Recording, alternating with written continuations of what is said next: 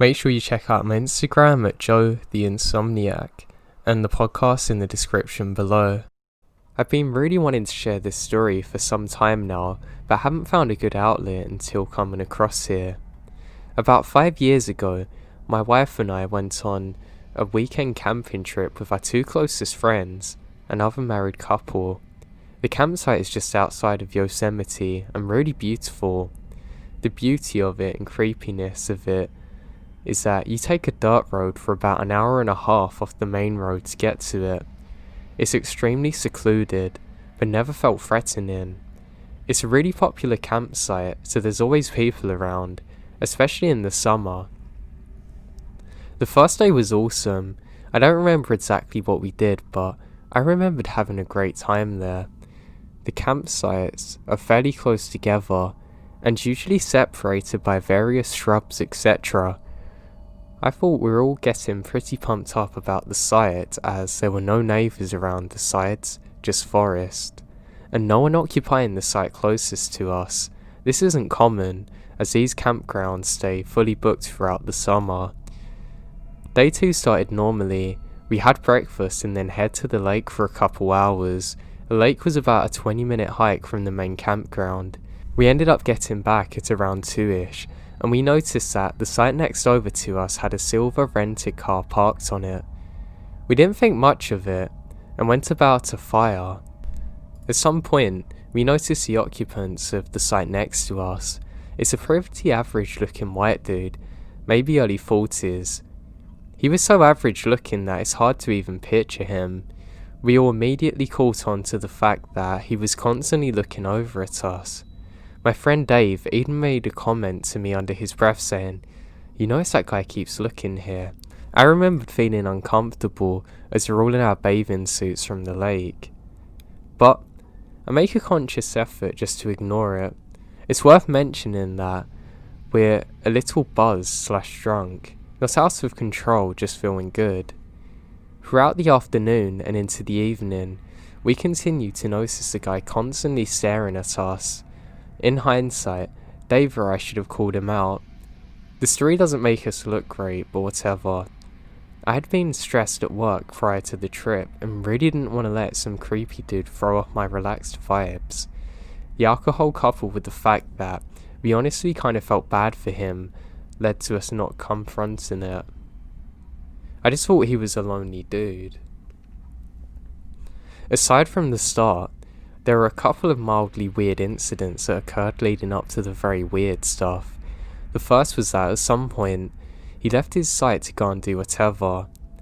When he was gone, a girl, probably in her mid-20s, about our age, walked by it and snapped a picture of his license plate. I remember asking her if she needed anything. She smiled and awkwardly kept going. Dave and I both thought it's odd, but we're preoccupied with beer. Later in the evening, around 7ish, the camp host was doing her round checks on people. She kept checking us in and moved on to him. I remembered all of us eavesdropping intently to what they're saying. I think we just wanted to hear what this creep sounded like. He kept asking questions about the bathhouse. We didn't know there was a bathhouse, or even what a bathhouse was. But he had 100 different questions about it. Where is it? When's it open? Is it private? Which are not weird, but in context, definitely odd. The sun started to go down. We're all drunk, so weren't too concerned with the creepy dude anymore. At one point, we went for a walk and I noticed him snooping around what we believed to be the bathhouse. Now, I would call out this kind of behaviour, but again, I was drunk and 5 years stupider at the time. We all continued to laugh and talk about how creepy he was. Now we have a good time and keep drinking. At one point, the guy started eating beans aggressively out of a can in the light of his single lantern, no fire. He looked at us while doing so, and Dave and I noticed this and kind of snicker at each other about how weird it is. Eventually, compose yourself. Eventually we decided to go to bed. I think the guy had left his site at this point. I remember joking, saying, "I better not wake up to that guy looking in our window." My wife and I slept in our SUV with the seats folded down. Dave and Sarah slept in the camper shell of their truck. I remembered feeling creeped out as I fell asleep, but shrugged it off. Around 2 a.m, both my wife and I were jolted awake by what we thought was a woman's scream. We both looked at each other and asked if each other heard that. We come to the conclusion that it was probably somebody trying to be loud, and decided to go back to sleep. As I was trying to sleep, I start feeling very unsettled. I decided to get out of the car and take a look around. I checked my door, trying to be as quiet as possible. I'd gotten about one leg out of the car when I heard faint but direct whispering coming from Dave and Sarah's camper shell about 4 feet away. I froze and then heard it again. I eventually realised that they were trying to tell me something. I whispered, "What?" And I heard Dave say, "Can you hear that? Start your car."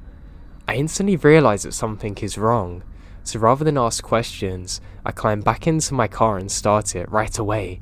Dave and Sarah busted out of the back of the camper and frantically jumped into my car. They tell me drive. They were too freaked out to even explain anything. Eventually I pulled over, figuring we're far enough away from whatever had freaked them out. Now finally, Sarah calmed down enough to tell us what happened. As she put it, she was woken by a light coming from a creepy dude's campsite. Apparently, he had lanterns and flashlights to spotlight himself, naked, staring in our direction. It gets weirder. At some point, he turns off the lights and tries to signal across to us. I'm talking like Morse code or something. Across the ravine, an old RV begins using its headlights to signal back. Dave is awake now. I questioned them on this detail, and they're both very clear they were communicating.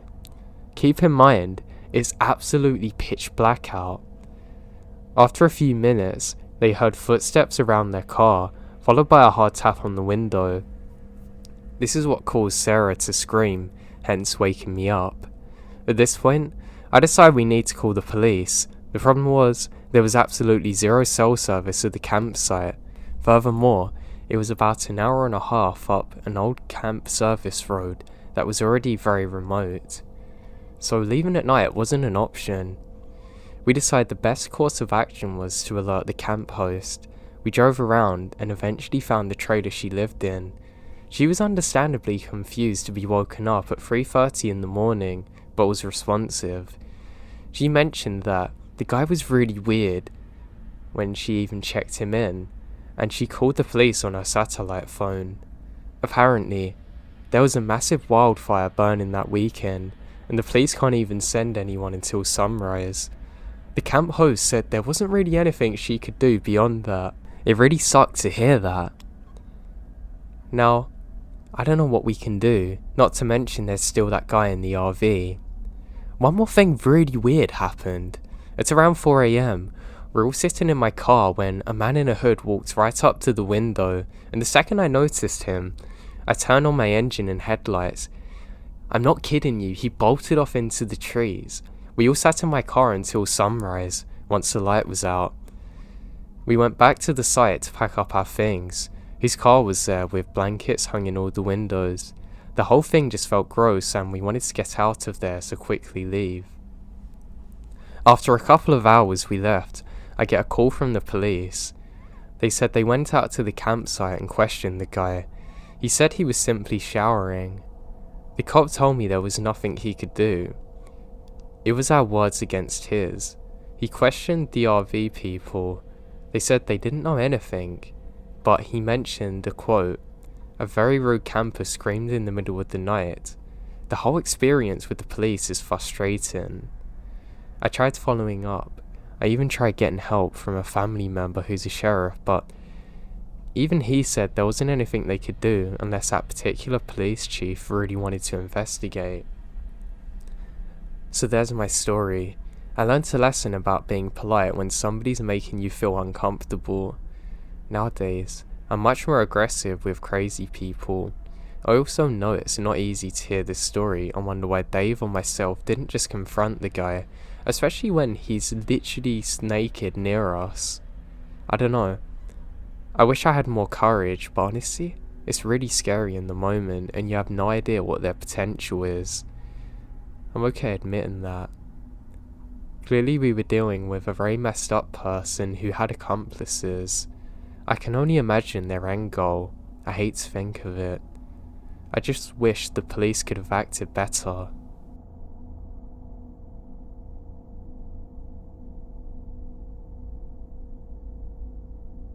This happened in 2004 in northern Wisconsin. I was 16 at the time, out hunting deer with my dad and a friend of his, Frank. Now, I do remember this day like it was yesterday. My dad and I had a few different stands over in an area of maybe about 3/4 square mile. He had been hunting there for at least 10 years, and I'd been going with him since I was 5, up until I was about 12, which is the legal age to hunt with a rifle. This particular morning, we walked to my first stand. It's about 5 in the morning, so pretty dark out. I got situated and my dad and Frank went off to our other 2 stands over a ridge, maybe another 600 yards off. Sitting there in the dark is always eerie. Now not long after they left, I see a flashlight off in the direction that they left. It's always eerie in these situations. It's roughly 200 yards away now, moving in my direction. I figure they forgot something from the truck or I don't know, so I decide to radio to see what they're doing. We're sitting in the stand. Frank's about to head to another one. He says, obviously this flashlight is somebody else. Now this isn't super uncommon, and isn't really a big deal. The woods get crowded sometimes, and there is a spot to park in that general direction.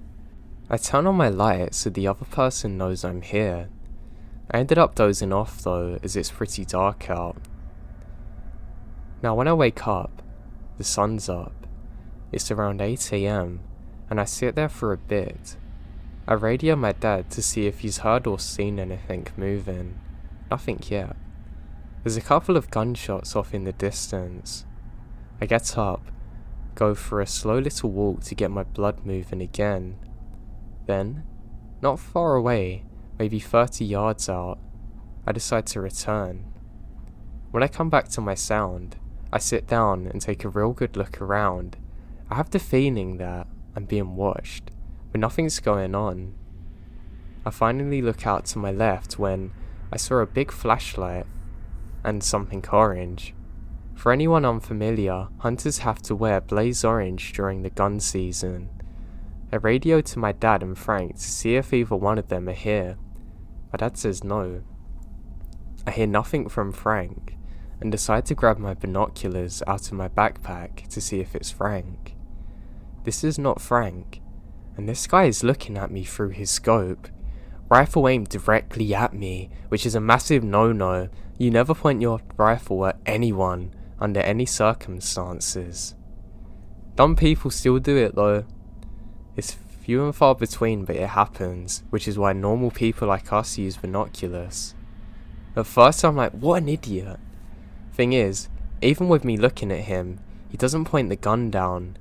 Now I'm starting to panic, thinking that he might shoot me.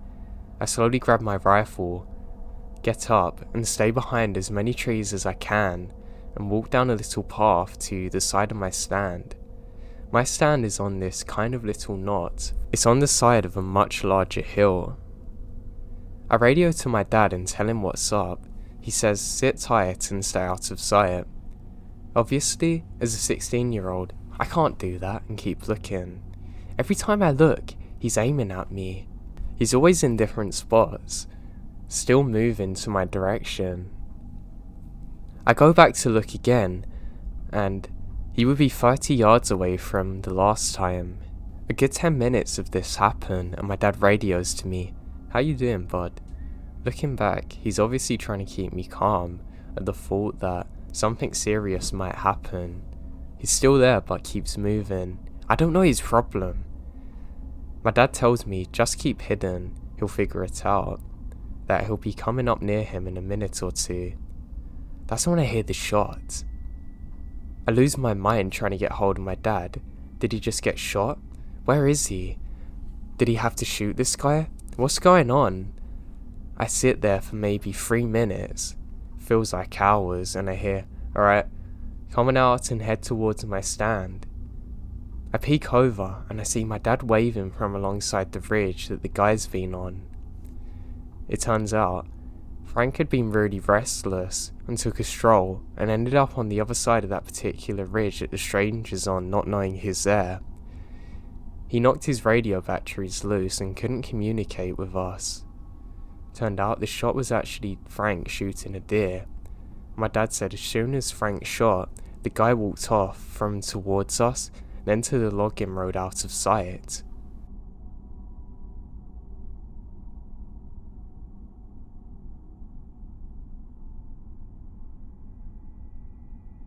I was driving late at night on the I-90 between Deer Lodge and Missoula, MT. I'm originally from Seattle, and I was driving back to Seattle after visiting family in Bozeman and Billings. The stretch of freeway between Deer Lodge and Missoula has some weird small mountain towns along either side. It's occasionally interrupted by large truck stops.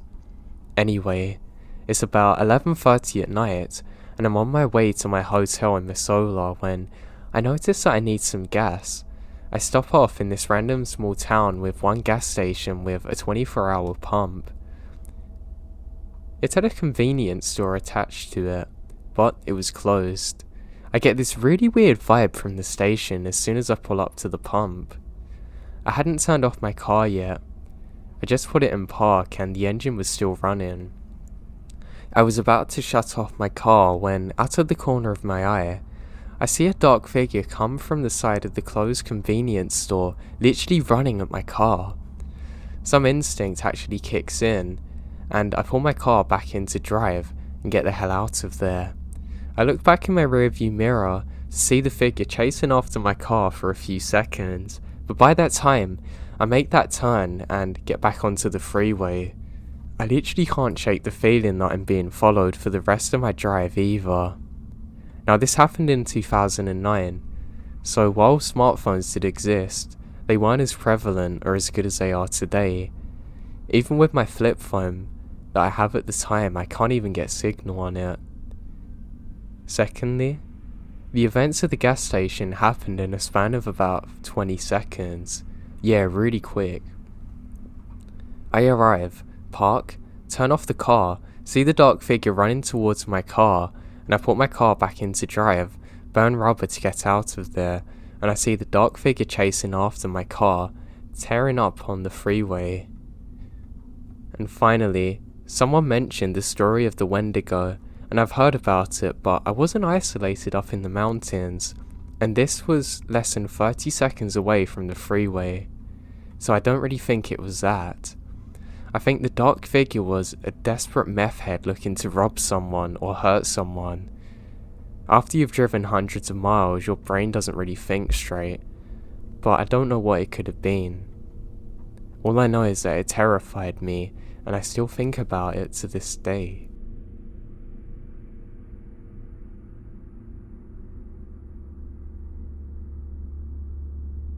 I was walking on a trail in the Crater Lake to get back to my car, and as I'm doing so, I hear somebody running behind me. I look, and it's an older man by himself. I quicken my pace as the sun is setting, and it would soon be dark. He stops running, and starts up again, getting closer, and I do the same, trying to keep distance. It felt creepy, and I was so thankful when I saw another woman with a big dog not too far in front of me. I met up with her, and eventually, so did the guy. We all walked together now, and this man is very strange and socially awkward. He had a camera. I'm certain the woman and I had the same creepy feeling from the exchanges we'd given each other. She said if he came here alone, and he replies that his family's already down the hill waiting for him. I immediately felt very ill when I heard this. And then, the really weird thing happened. He took at least 3 pictures of the woman and I.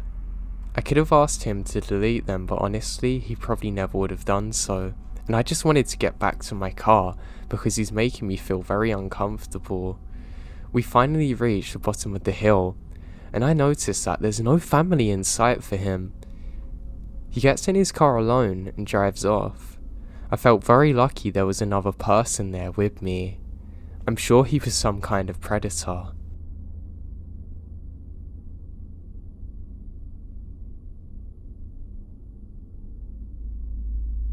So I went on a backcamping trip in some youth program in North Cascades near Seattle. One of us got hurt from falling on a rock on our way to the base camp, so I had to help carry him back to the trailhead while being accompanied by one of the leaders. On the way back, we came across another young hiker, a woman. We talked as we're kind of taking a rest. She said she was going to summit one of the peaks on the trail later. The problem is, that's about 8 hours away, and she only has a light backpack. Now the next day, back at base camp, helicopters swarmed, and men were dropping. It was like a movie. I was taken back. Little did I know, there was a huge search and rescue looking for the same woman I interacted with just hours before. For 3 days every night, all I would hear was the distant calls of men yelling out her name, echoing off the basin walls in an endless search. I remembered hearing it was supposed to be a suicide, that she was a seasoned hiker, yet she didn't pack properly enough. It didn't make sense.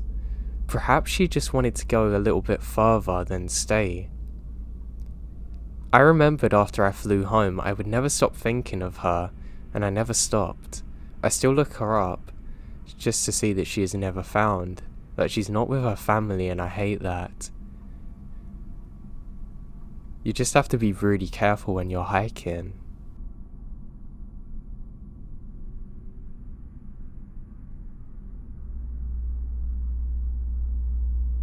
This was a few years ago in October, actually around the time the nationwide clown stuff was happening. It's hunting season, and I'm driving to a town north of where I live to meet my dad and ride with him in his truck. It's about 4 AM. Now when I pull off the freeway, I'm waiting for the light to turn green when I see a dude cross the road. Totally normal. I pull away and turn into the parking lot for the usual meeting spot, a park and ride situation. I turn off my car and wait for my dad. I took off towards the main road, and that's when I see a young guy walking towards my car.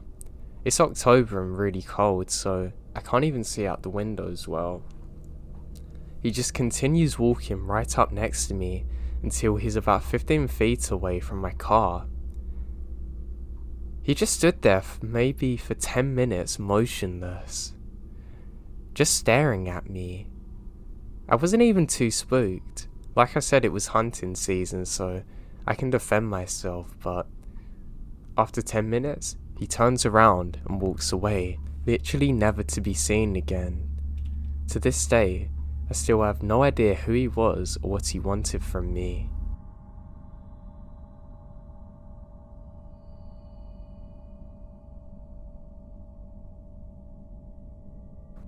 I've spent my entire life in the woods, taking regular hikes up to 20 miles on the weekends deep into canyons and headwaters of the pond, often in the dark fishing for steelhead. I also used to work building logging roads deep in the forest alone. I've seen lots of animals: cougars, bobcats, wolves, turkeys, bears. I've never been frightened, scared, or come across something I couldn't explain. My grandfather-in-law is an avid hunter. He spent his entire life doing it and told me a few stories. During one trip while hiking in a draw on Washington, somebody shot at him from the ridge. The shot put a hole in the stock of his rifle. He yelled and the guy took off, and he never caught up with him. I wonder if there's a guy out there somewhere wondering if he killed a guy. He also said to me one time, way out on a mouth-long hunt, he came across a wind chime about 100 feet off a tree. It was late fall, so all the leaves were gone, and he could clearly see it and hear it. He has no idea how it got up there.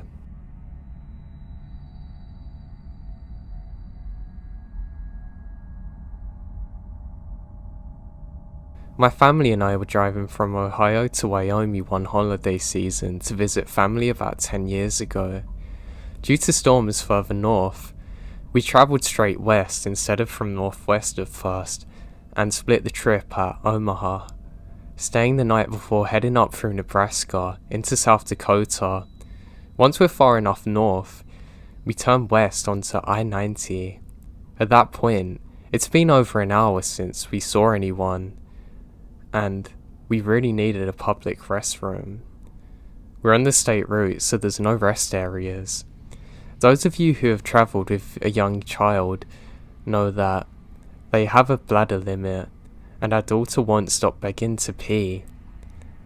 SD was similarly deserted, or even worse, as we headed west. Finally, we reach a desperately needed rest stop, as my at the time 5-year-old and I both needed to pee by then.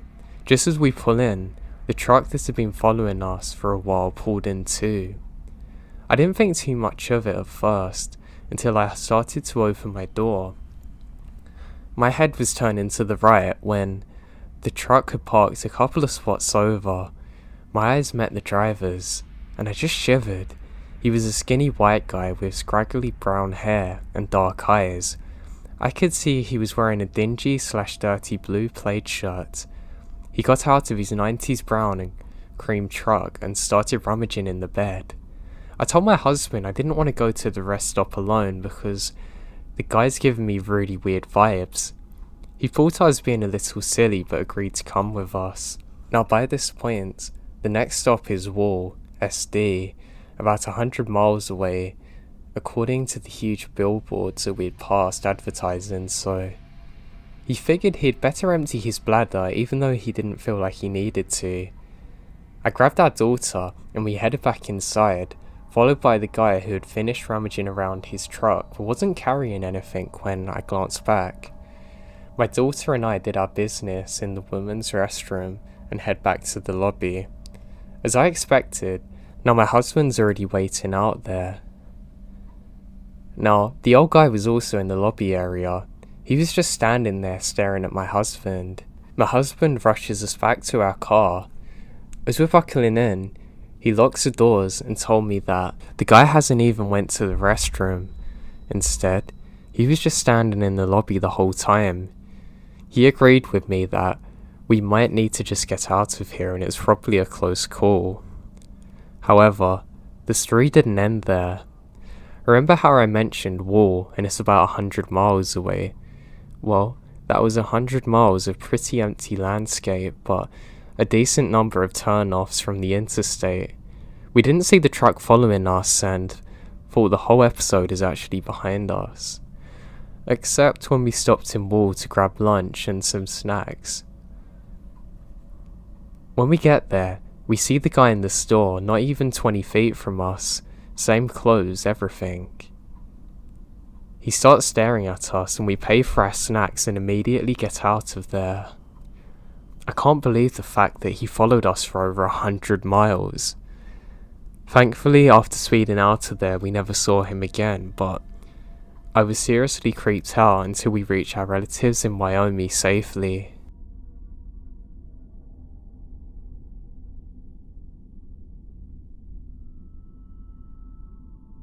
I grew up poor in the mountains of southwest Virginia. We didn't really have internet. It wasn't available. We lived in rural, isolated locations, so no kid would actually go out to play with us. As a teen, I would spend most of my time hunting or riding my bike a few miles to the river to go fishing. I was a stereotypical country boy. I was and am completely comfortable at home in the woods by myself, even at night. We had hounds and I took them out alone at night to go hunt raccoons.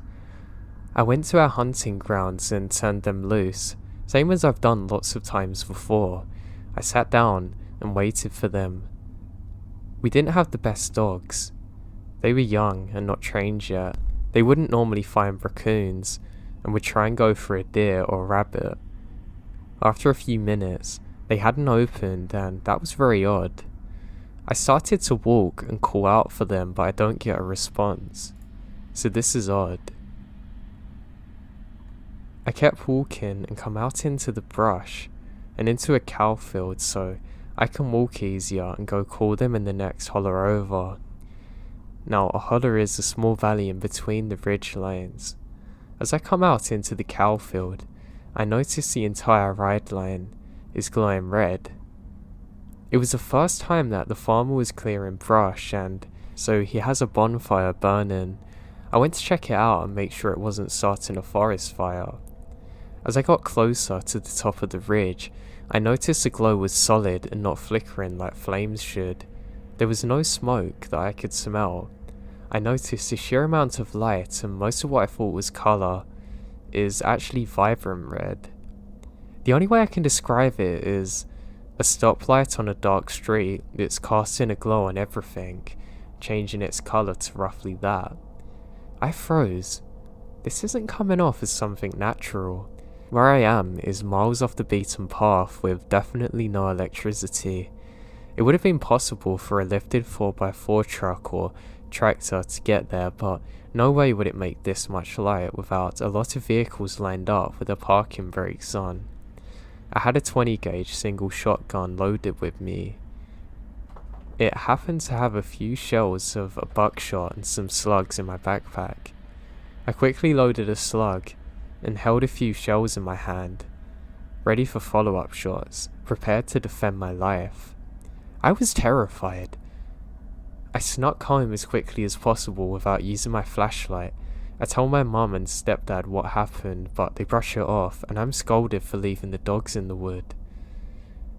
I guess they thought I was just lazy and didn't want to go after them.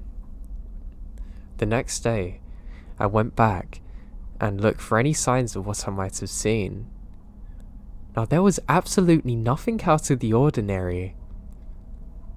No burnt areas, no tire tracks, nothing. After a few days, I woke up and went into the living room. My stepdad was waiting for me. He jumped up and said he'd seen that light also.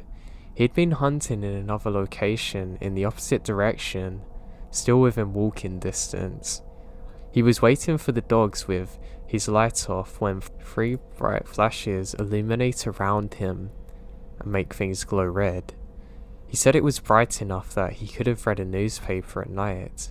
I thought it was so crazy for him to experience it too.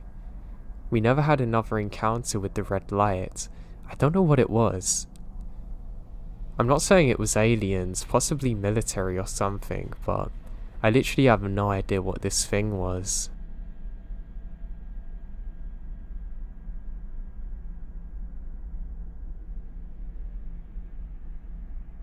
I visited Arizona in March of 2018 during my school's spring break. I'd already done the get drunk on the beach thing, so I figured I'd do something different.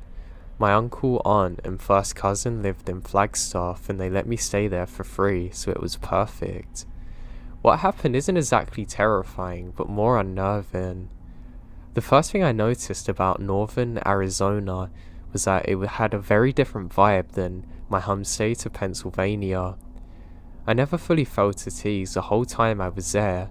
Right off the bat, my uncle told me a few stories about people dying in strange ways and going missing unexplainably. Now, around 2 days into the trip, my uncle and I spent a long day exploring several interesting sites. We went to Walnut Canyon, where there are some cliff dwellings, and then to an extinct volcano called Sunset Crater, where NASA actually rehearsed the moon landings. When we're hiking up an escarpment of several hundreds of feet in lightly wooded terrain, the whole time I'm looking down at my boots because it's kind of steep and I don't want to make a wrong step. At one point, I looked up and directly in front of me is a girl in her mid-20s and a man the same age ahead of her. It was strange because even though there were trees, it was pretty wide open to the summit, and We should have seen them at some point, so this doesn't make sense. We made it to the top where there was a wide open vista, and we stopped to take pictures. The couple did too, and we struck off a conversation. It turned out they're from France and were on a PAC marriage, a type of civil marriage that's their new thing there. I was kind of geeked because I'd been to France and loved the people, so I tried some of my rusty French lingo. The girl giggled and answered back politely. I thought they seemed nice. My uncle started trash talking them to their face when he realizes that they weren't married in a church, which appalled and embarrassed me. They kind of backed off and continued taking pictures. At one moment, I looked back at the couple, and when I did, it seemed as though they froze in time. I don't know for how long. The couple was standing side by side. Now, it looked as though they were barely making contact with each other. I snapped out of it and looked away, and my uncle started making his way back towards the trail, so we hiked down and left without seeing them again. 2 days later, my uncle and I went and spent the day hiking along the rim of the Grand Canyon. At one point, a family came down the trail from ahead of us and stopped and talked to us for a minute or two. We parted ways. They went behind us. About 2 miles down the trail, the same exact couple came from just where they were before. The trail wasn't a loop. It was a straight shot along the rim, one way up and down. My uncle this time was kind of confused and confrontational, like, how was a French couple in the exact same kind of area even further up? I said if he thought it was weird, and he grunted and we continued in silence. Evening came, and we retraced our steps and almost made it back to the truck. We made one last stop at an observation deck to take in the sunset. We spent about 15 minutes there, and it was packed with people, but there was sort of a relevant hush in the air because of the beauty of the moment. I got separated from my uncle in the crowd, but it was quiet enough that I could hear my uncle loudly exclaiming and sort of jeering at someone. I followed his voice. I found it is the same French couple we'd met a couple of days earlier. I already learned that 5 million people visit the Grand Canyon, so I'm shocked now and don't say anything at all. I remember my uncle going off about their marriage again and said something like, "Go ahead and seal the deal, mate." He grabbed me and left. On the way back to the car, he said, "I have a feeling we're going to see them again." I was just like, this doesn't make any sense. We must have been about 90 miles ahead when we saw them again. Now my cousin worked in the EMS, so I didn't really get to see him for the first few days. He took me on a backcountry trip through the Navajo reservation to obscure places that I'd never been before. He's pretty adventurous. It was myself, my cousin, and a friend he had met when he was working as a guide on rafting trips through the Grand Canyon. She gave me a really bad vibe the moment I met her. She was 31, while both my cousin and I are only 22. I don't know, she was very mummy-like. We went to a bunch of different Navajo sites, and the last stop on the first day was Monument Valley. We drive up the road and set up a camp there. My cousin mentioned Skinwalkers, but didn't have any specific stories. He also said that he heard from a veteran emergency responder that they got a missing person report and followed footsteps into the desert with dogs on the scent trail, but the footsteps actually stopped in the middle of the desert without a trace or explanation, and the dogs went crazy when they reached a dead end. My cousin had the first 2-hand experiences when he first started EMS. He got called to a car accident in a valley leading to Sedona. The car was badly mangled. They couldn't even find a body. They end up searching the woods, and about 50 feet into the tree line, there's a man sitting against a tree, wide eyes, no visible injuries from the wreck. He said he never heard what the cause of death was. The last story was from a search for a missing person at the Grand Canyon. He was some sort of professor or geologist type researcher, and was midway down the canyon with another individual. They split up, and the professor guy said he'd meet his friend on the other side of a butte, which is a large rock overcut. The friend took a low path, and the professor cut right across. They should have met up a couple of minutes later, but the professor vanishes without a trace. My cousin said they searched for him for weeks with helicopters but never found him. If anyone's heard this story, let me know. We walked for a long while, and there were more stories that I can't fully remember. We were camped along the base of a small rock outcrop. I'd been facing towards the rocks most of the night, but before we turned in, I looked out into the desert before any darkness fell. I saw that it was as flat and as far as the eye can see. You could see for miles without obstruction. I live near a city, and at home on overcast nights, the lights from the city bounced off the clouds, giving a soft white glow. That night in the desert, I saw the same glow as if from a city off towards the horizon, lighting up from one end to the other. I asked my cousin, is there a city? And he said it's probably Vegas, but we're facing north in Utah, so it definitely isn't Vegas. I scanned 360 degrees around and it's pitch black. I finally get into the tent to try and sleep. I've never been in the desert before, so I don't know the atmosphere and what it's supposed to be like. I've read a bunch of posts about an extreme hushed silence and stillness, but I've heard about rooms built in a vacuum, devoid of any sound, and apparently the silence is painful. That's the closest to that I've ever experienced at night. There was no wind or atmospheric pressure, and I could hear my own blood pulsating in my ears and my heartbeat. The silence was painful. When I finally managed to get some sleep, I have a nightmare about a corpse being buried next to me. The next day was fine for the most part, but as soon as the night fell, I developed an excruciating headache that radiated throughout my entire body and made me feel sick to the gut. I figure it's dehydration. Even though I'd been drinking water throughout the day, I gulped down 2 lots of water and took a handful of Tylenol, but to no effect. We dropped off my cousin's friend and stopped for some food. At the time I was still a member of the Catholic Church and went to a Catholic university. My family I was staying with and some of the others we met, they would tell me I'm very Catholic and it's weird I'm out in the middle of nowhere. It seemed weird. Now, for some strange reason, my cousin took me to the empty parking lot of a Catholic church so we could order some food. It was here that he told me he felt like it was humanity's destiny to kill and make war in an endless cycle, and that he wants to join the military for that purpose.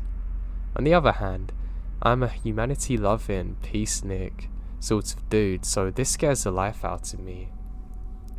My headache got worse, and I think I was picking up on some serious negative vibes. I couldn't eat any food and save it for the next day. Nothing else strange happened, but it was more the accumulation of things that really freaked me out on this trip.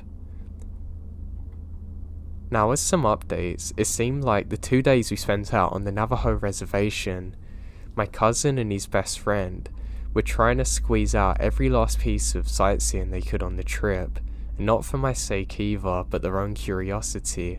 It was exhausting, and I wonder if they could tell how tired I was. I have no idea what the place is called, but it's near Tuba City, Arizona apparently. It's a pretty interesting place, and it's in the absolute godforsaken middle of nowhere.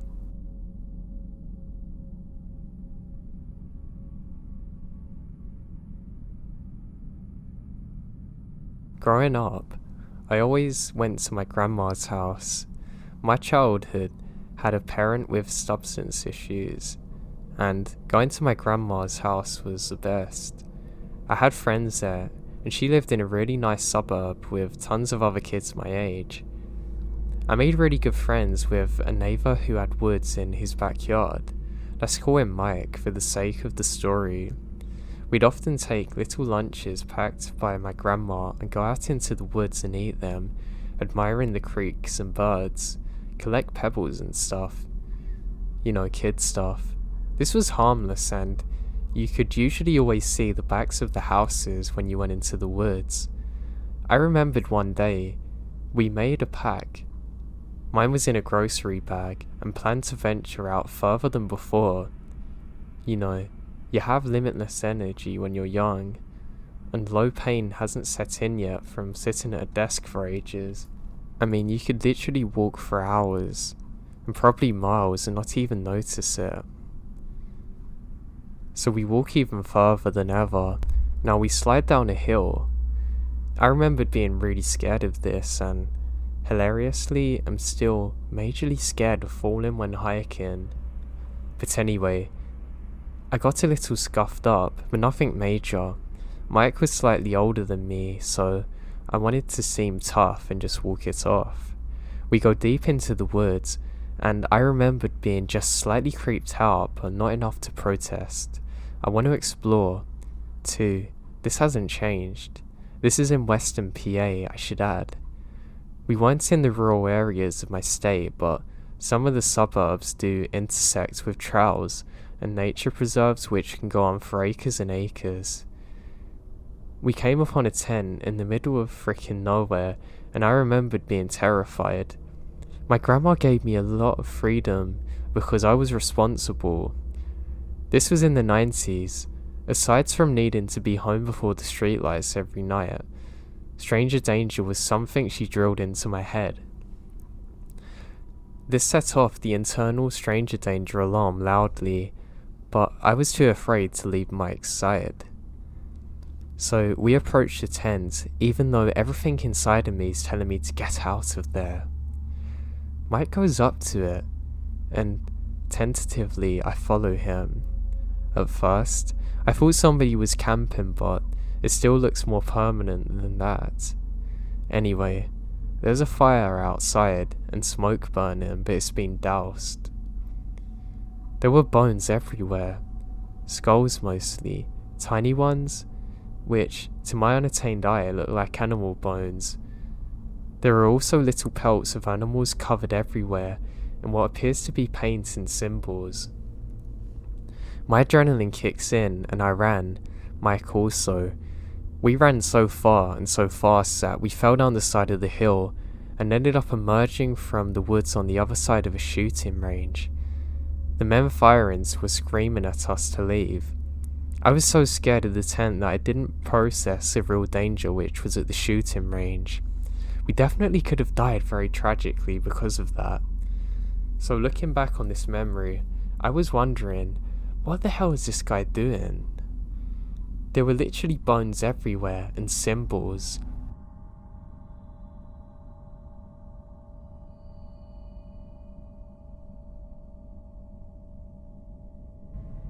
Now I dog sit for a family friend. They prefer to have somebody stay at the house with the dogs. I grew up in a town in the middle of nowhere and love the countryside. So for me, this is like a staycation, because I live in the city now and never have time to myself. Anyway, their house is out in the middle of nowhere. When I say nowhere, I really mean literally it takes 2 hours to get from work to this place. There is one neighbour within 5 miles and he lives directly across the street. I'm used to this where I'm from. It's supposed to give you the space you need, but also help keep you safer, knowing that you actually have somebody nearby. However, this guy has done nothing but make me feel unsafe as hell. So anyway, eventually I make it to Terry and Johnny's house, and they're telling me the drill, when to feed the dogs, which are 2 super cute and spoiled Australian cattle dogs, watering the plants, etc. Then, as they're loading up their stuff to take it to the car, Terry says, "Oh, don't forget to tell her about Steve." Johnny says, "Oh, yeah, don't worry about the neighbour across the street. He's harmless. He drinks a lot, but he's harmless. Hell, the guy lost his license so many times, all he can do is go up and down on a moped. However, just in case, this is where we keep the gun. Steve has 3 "Don't Tread on Me" Confederate flags, 2 plain Confederate flags which are all hanging from his porch. Of course he's weird. He then takes me to his gun and explains that it's loaded if I want to use it, so I don't even need to cock it, just pull the trigger extra hard. At this point I'm like, whatever. You keep a gun in your house when it takes at least 45 minutes for the police to show up, so I get it.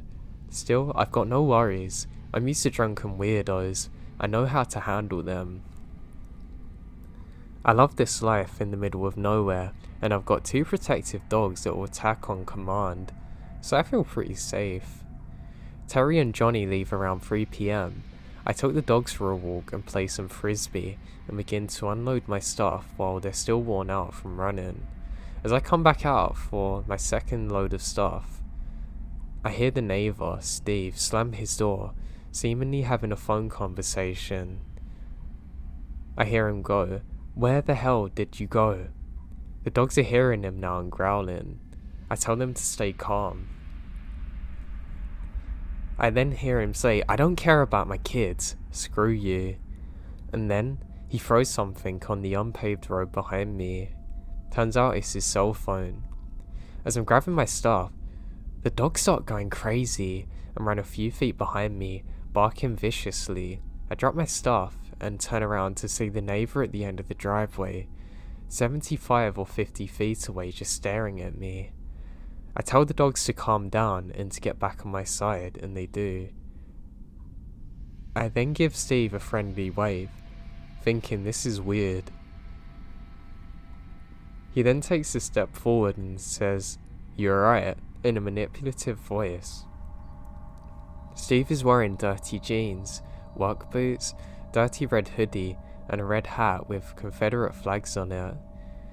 He also got brown dirty hair down to his shoulders and a beard that's probably 5 inches long.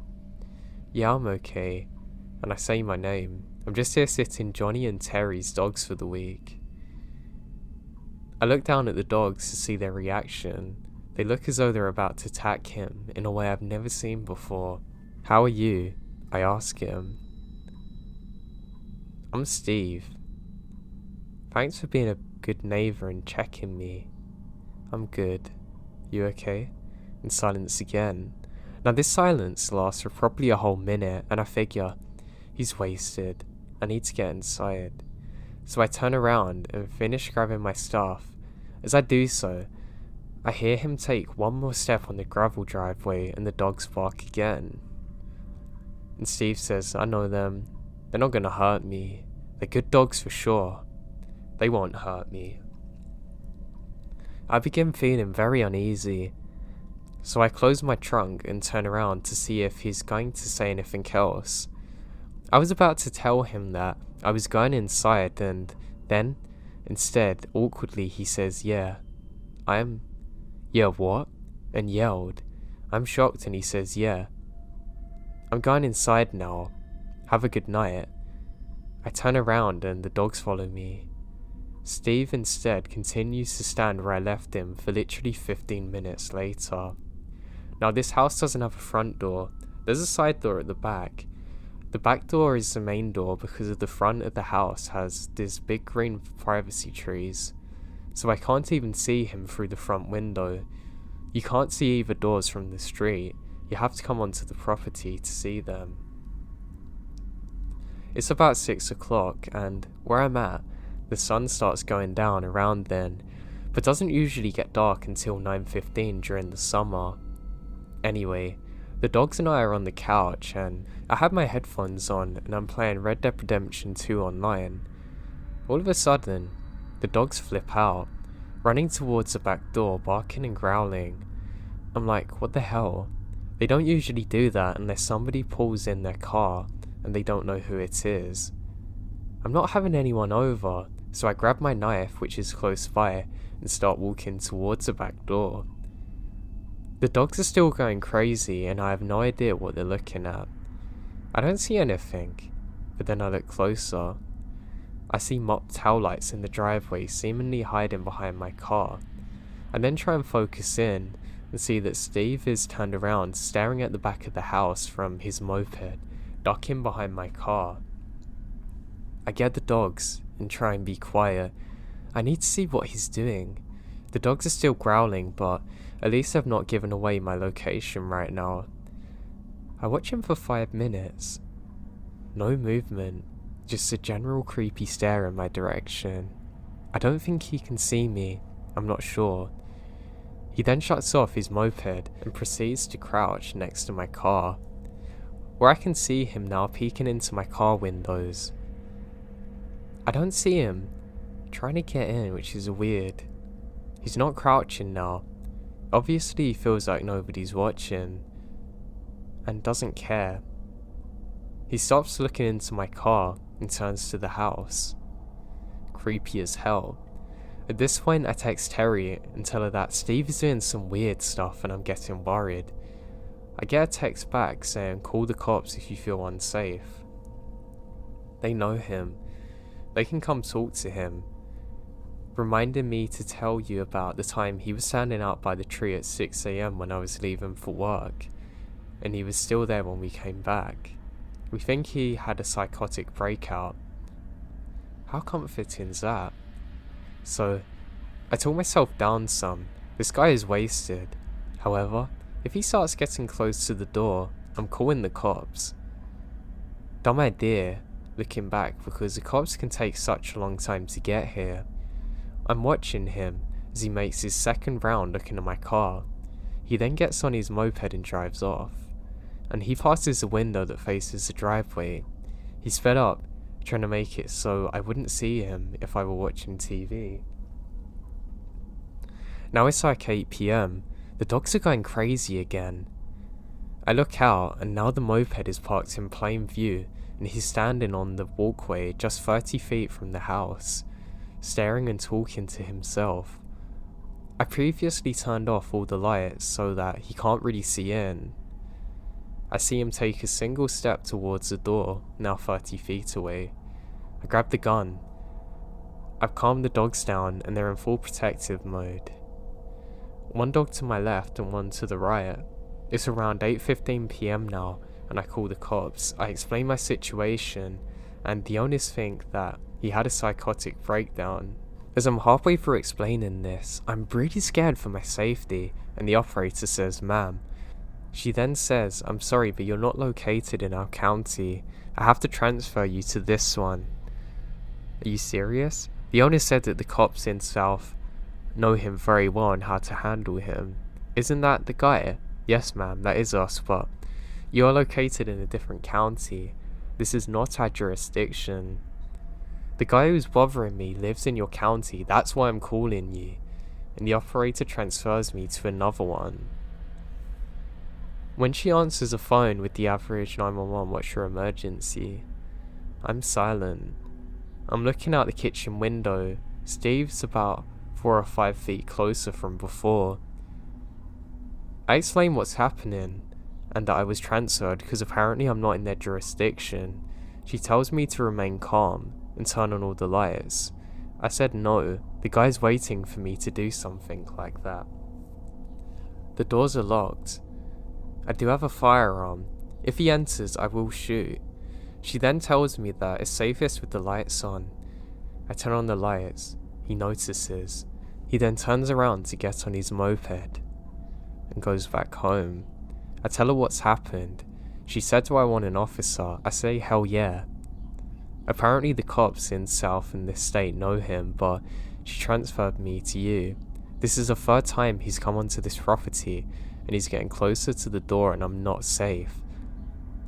Calm down, ma'am. We will still send somebody, however, based on where you're located, it's gonna take a while. I say that's fine. I say if she'll stay on the line. She says that it's not really possible because she has to take other calls, but to call back if anything else happens without hesitation. Now it's about 9 PM and the sun is getting ready to set completely. Again, the dogs are going crazy. Now I'm getting real annoyed and walking around the house with a loaded gun, so if Steve sees me, he knows I have a gun. I look out the window and see his moped, but I don't see him. Where the hell is he? From the window in the kitchen, I can't see the back door. I go upstairs. One of the dogs follows and peek through the window in the bathroom. Steve is on the back porch, lighting matches, throwing them down onto the wooden porch. He doesn't seem harmless anymore. He's talking to himself and twisting his head back and forth like he's getting warmed up for a fight, or having a conversation with multiple people. I start filming from upstairs. So now, I try and hide my phone, just in case he goes up for it. The sun is down and it's getting dark. He steps onto the door and starts knocking. He starts pounding on the door. I'm pretty good at staying calm in any situation, but my heart's beating. He then stops pounding the door, quickly turns away and runs to his moped and takes off even faster than I thought he could go. Not even a minute later, I see a cop pulling into the driveway.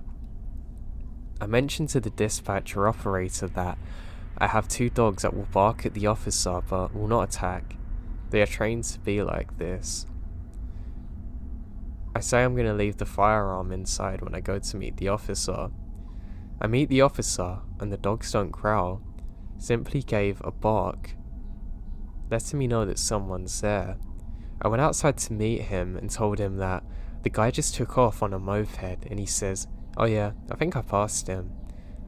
I explained that he is absolutely drunk or crazy and in his own world, and that normal people don't act this way. The cop basically shrugs off everything and says, "Well, are you gonna stay there the night?" I said no, I will leave the dogs overnight and come back in the morning. I ask him to stay while I pack up everything. I go inside, give the dogs lots of love and treats, and create what they need for the night. I take off and return the next day with my dad. My dad begins walking the perimeter to try and show him that the man is also staying here. Now, I'm a 24-year-old female. If you're wondering, then Steve, wearing the same dirty hat and outfit while holding a 24 case of Budweisers, is standing at the end of the driveway again. I'm watching him from the front window. I see my dad at the other end, and he sees him. Steve immediately turns around and goes back into the house. Now, I later learned that Steve has been to jail multiple times due to domestic abuse, and his kids can't even see him. He's very violent. No one knows how he gets money to get things. Terry and Johnny have never seen him leave for work. They've only seen him on his moped or 4-wheeler that he recently bought. I don't know who he thought I was, but every time he looked in my direction, I saw pure hatred in my eyes and evil intent. I'm really glad my dad come to stay with me, because God knows what would have happened if he didn't.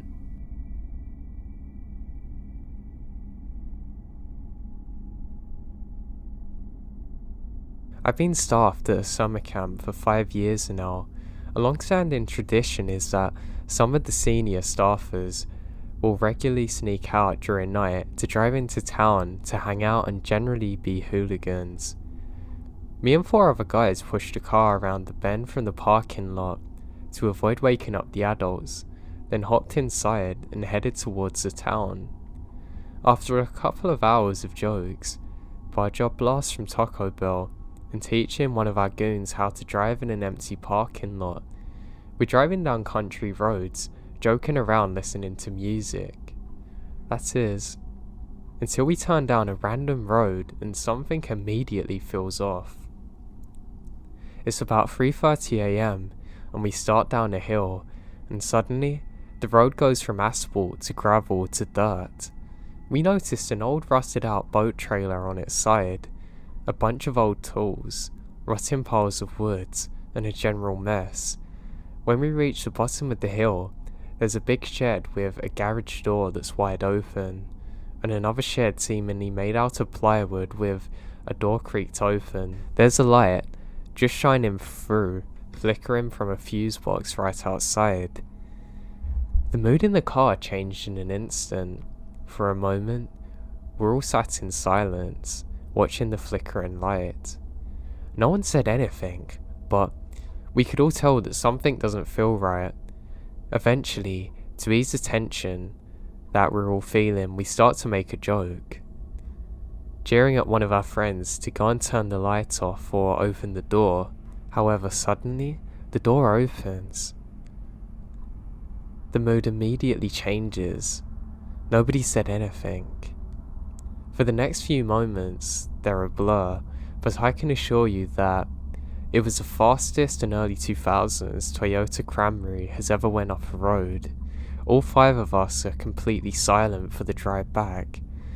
Something about the aura of that place felt off.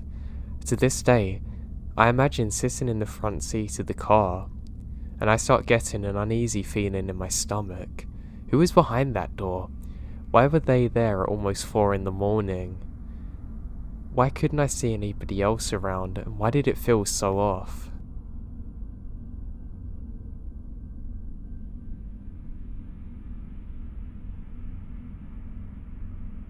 Okay, so let me start by saying I'm a 23-year-old. At the time of this story, I was 19, 5'5", fat girl from England. My weight and country come into play later. So I would take my dog for walks at night. That was until this experience. Now, it's not the kind of dark where you can't see anything, but the kind where you can't make out much further in front of you. As a disclaimer, this is the middle of nowhere. We're in a village where everyone knows each other and strangers are rarely spotted. Now, a fair few of my neighbours walk late at night, and I meet most of them, and there's usually this 6'3", heavily tattooed 46-year-old man with 2 friendly big dogs, one Mastiff and another German Shepherd. We were great friends and still are. Now, on this particular night, I bumped into him, just ending his walk, which happened to be a couple of times, and it's no big worry. I'm around half an hour into my 45-minute walk in the woods, earphones in with music playing and just checking my phone to see what song's on next. I notice my dog is looking up as if he can see something. I assume it's another neighbour, fox or deer. I looked up calmly and I see a strange man standing about 20 foot away from me, holding a rifle. Not a dog. It wasn't hunting season, and this is England, so you can't really get guns unless you're a farmer, let alone a rifle. He looks angry and stares at me. At this point, I remembered my head torch, and he turns to look at me. He angles himself to my face, and at this point, I knew I couldn't turn around or run since I'm out of shape. I carry on walking. As we go past, my dog gives him a wide berth, which is very unusual because he's normally friendly and loves everyone. I'm very confused by this. Now, I shuffle past him and say evening. I try and speed walk out of there. I look over my shoulder as I'm about to leave the woods. I saw he hasn't moved an inch and he's still staring at me. I never walked alone at night again. This freaked me out so much because it never happened since, and there's no hunters near me. I'm certain he was not meant to have that gun, and I'm sure I've heard a gun go off at some point around the time of my travels near then.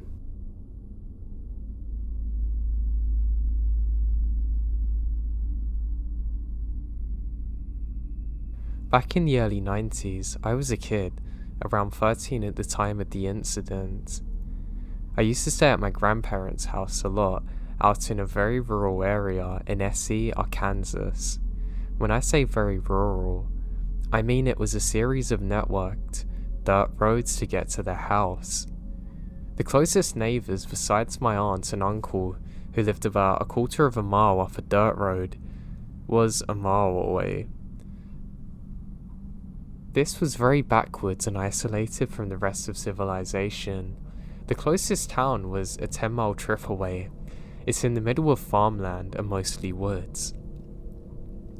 They had lived up in this house since my mum was a child and had both grown up a ways down the dirt road. Anyway, There was a general store roughly 3 or 4 miles down the network of dirt roads. Now this is your typical country dirt road shop. It's run by an old lady and her husband, and its customers only consisted of people who lived out there. Now one day, my grandmother said to me if I wanted to walk to the general store and get some milk, eggs and a few other miscellaneous items. I said sure. She gave me some money and I headed on my way. Now it was fairly early in the day and I had plenty of time to get back before dark, which I always made sure to do when I was out roaming. Things can get pretty creepy out in the backwoods of Arkansas after nightfall. It's a darkness unlike most people have actually experienced before, due to no light pollution and not really many street lamps. Now me being a 13-year-old, had poor time management skills. I stopped at the bottom of a hill next to the small wooden bridge you have to cross and messed around at the creek creating crawdads and such. By the time I left the store, I realised it was quickly approaching night. This was fall and darkness set upon the land very early. I didn't want to be walking these lonely roads, especially not through the woods, so I go as quick as I can. I'm running and sprinting as much as possible, but it's not enough. By the time I'd made it back to the bottom of the hill near the ridge, it's almost completely dark, and there was an eerie sort of glow brought about by a very bright nearly full moon that was rising. At the top of the hill was a road that's perfectly straight and flat, with the woods on the left side and a large hill on the right. About half a mile up from the top of the hill is my grandparents' house, and you can see it from there. As I top the hill, I can see the faint glow of lights at their house. I'm starting to feel a little bit better now, but I'm still not feeling very good. The field on the right was somewhat illuminated by the glow of the moon, and my eyes have only just adjusted to the darkness. As I walk up the road, I hear something from the left, behind me on the wooded side of the road. It sounded like leaves being rustled. I turned around and see nothing at first, but then, as my eyes began to focus, I see something in the ditch, a black shadowy shape slowly moving towards me. At first I think it's a dog, but then I realise it's way too large to be one. And then I realise it wasn't actually walking on 4 legs, it was kind of crawling, like a person. I stare for a moment, out of sheer confusement, trying to figure out what I was seeing, and then a jolt of fear shudders me as it dawns on me. Whatever this thing was had been trying to sneak up on me for a while. At that exact moment, this thing stood upright out of the ditch on its 2 feet like a normal person. It had the shape of a human, but long arms, legs and such. It stood roughly 7 to 8 feet in height and was completely covered in black or maybe dark brown hair. Its face is dark in colour, and I can't really recall seeing much in the way of features. It was no bear, that's for certain, or any other kind of animal that I know for that matter. I immediately dropped the bag of stuff I'd been carrying and bolted as fast as I could, trying to get towards my grandparents' house. I heard a heavy breathing and weird sound behind me, hearing footsteps on the gravel as whatever this thing is starts to chase me. Now I didn't turn around to look because I didn't need to. I can hear it crashing into the woods, earth shattering, and some ungodly scream coming out of that thing, a sound I've never heard before. By the time I reached my grandparents, my heart felt as though it was about to explode from my chest. It's a type of adrenaline that I've never had before. I must have been sprinting as fast as possible for half a mile. I flew into the house and, in an incoherent mess of hyperactive gibberish, tried to explain to my grandparents what happened. My grandmother didn't really seem to believe me, but did believe something scared me, which annoyed me, thinking it was some kind of dog. The next morning I woke up, and I can see my grandpa sitting outside on the porch, whittling wood underneath the shaded tree in front of the yard.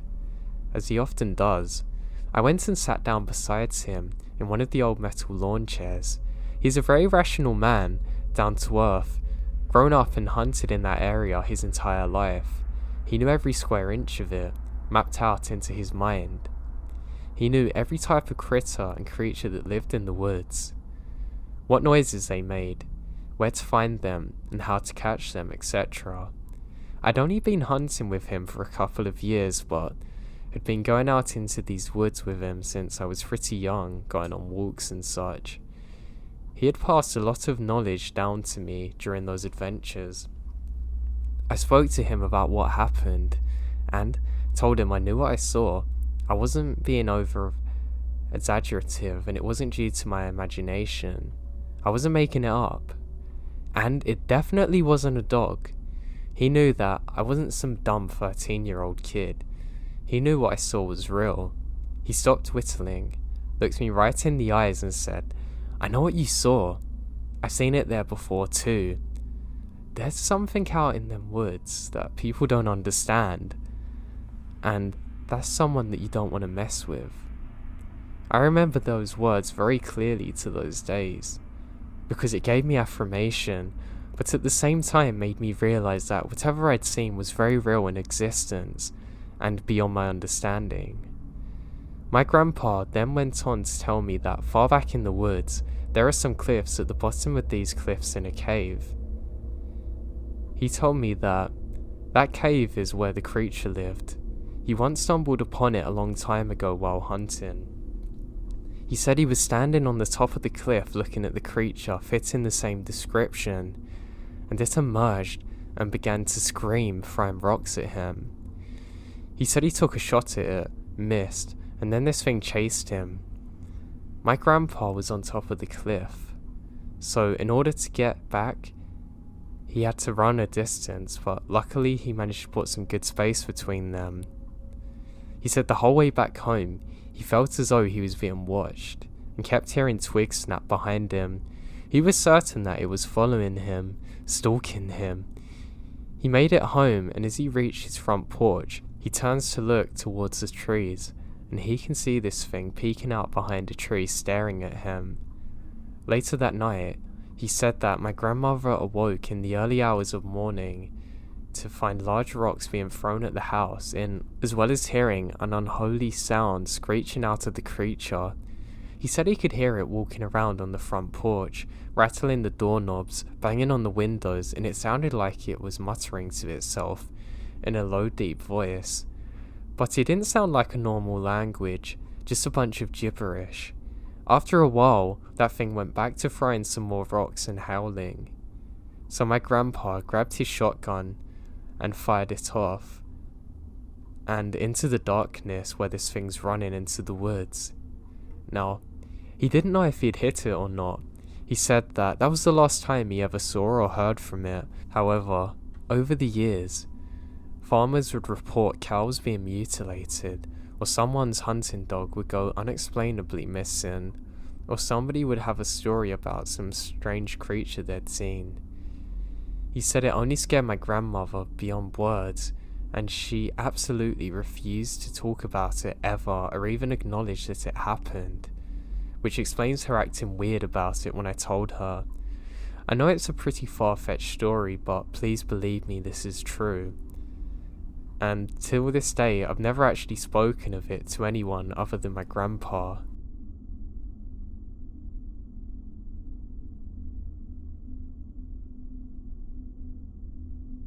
This happened to me over a decade ago, but I'll never forget the feeling deep in my chest, both that night and the following morning when the true nature of the situation became apparent to me.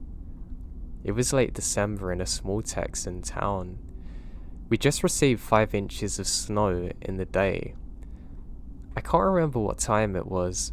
It's dark out and I'm playing in my room.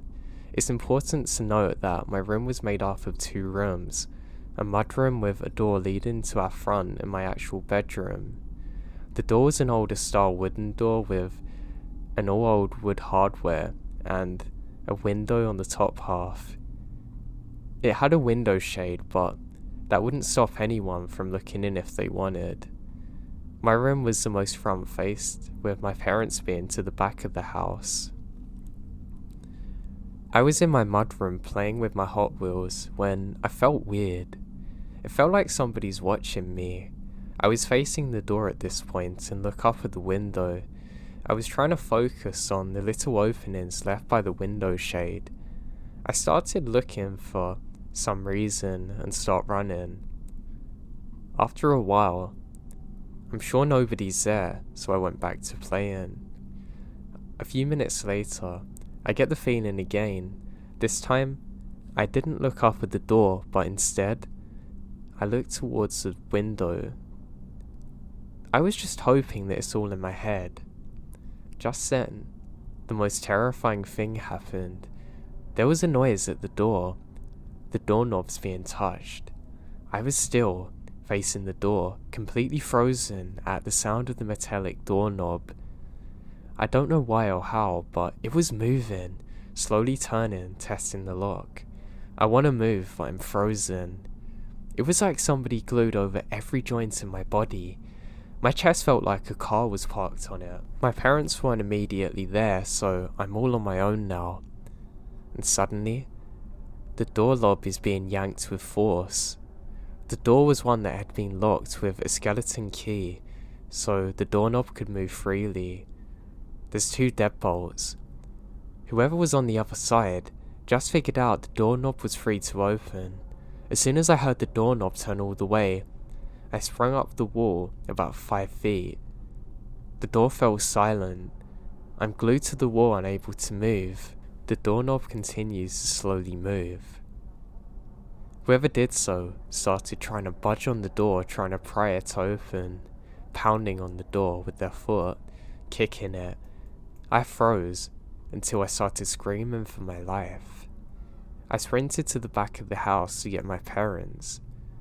They asked me what's wrong, and I said somebody's tried to break in. They ran inside and checked, not bothering to check outside, which I pleaded with them to do. They said it's my imagination running wild or an animal. They took one final look and said go to bed. It took me hours. I don't even remember going to sleep. All I remember is staring at the doorknob from my bed, never taking my eyes off of it. Suddenly, I woke up to my parents, who were obviously distressed and scared. My mum grabbed me by the shoulders, getting in front of me. She asked very sternly why I thought somebody tried to break in. When I say, they listen. I was worried about how serious they were suddenly. When I thought they said it was my imagination, they took me to the front door, then to the backyard door, and pointed to the door near the driveway. You can clearly see boot prints in the snow walking along the street. Through our yard and straight to the window, then my mudroom door. This is where I'd been playing the night prior. The police showed up and took a report, but nothing ever come of it. I was never able to sleep well in that house again. I can never forget what it felt like as a child going through this and to have my parents not believe me. I'm just glad I wasn't home alone, and thank God for the deadbolts.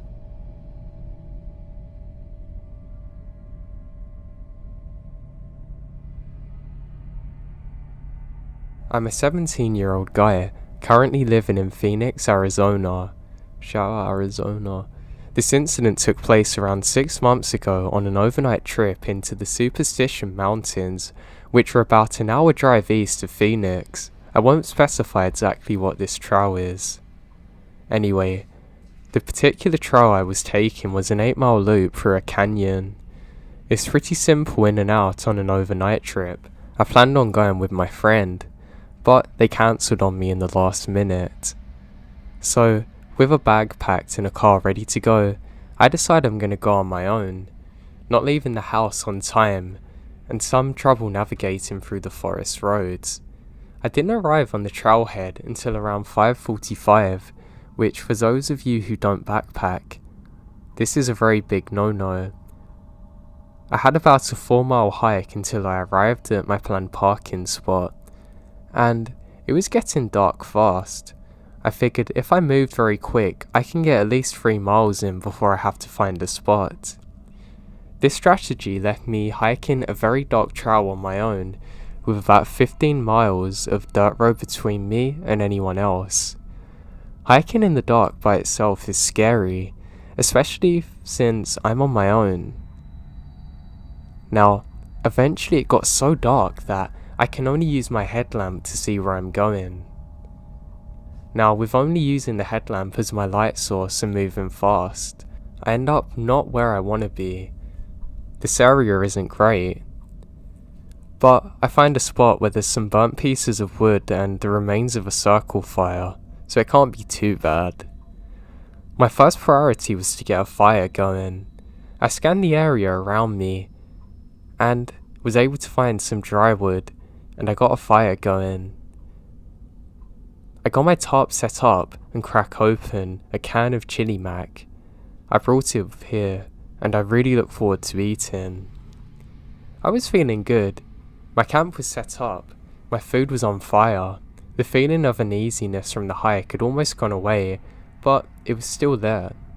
Now, to fully understand what happened, I have to explain to you how my camp was set up. The site I had picked was a small clearing surrounded by large pine trees, with the trail about 30 feet to my left. When you're in the woods and have a fire going, and the fire casts a circle of light around it, and everything on the edge of that circle and past it are pitch black. Now I'm sitting on my ground near the fire eating my dinner, when a small rock, about the size of a marble, is actually thrown at my camp.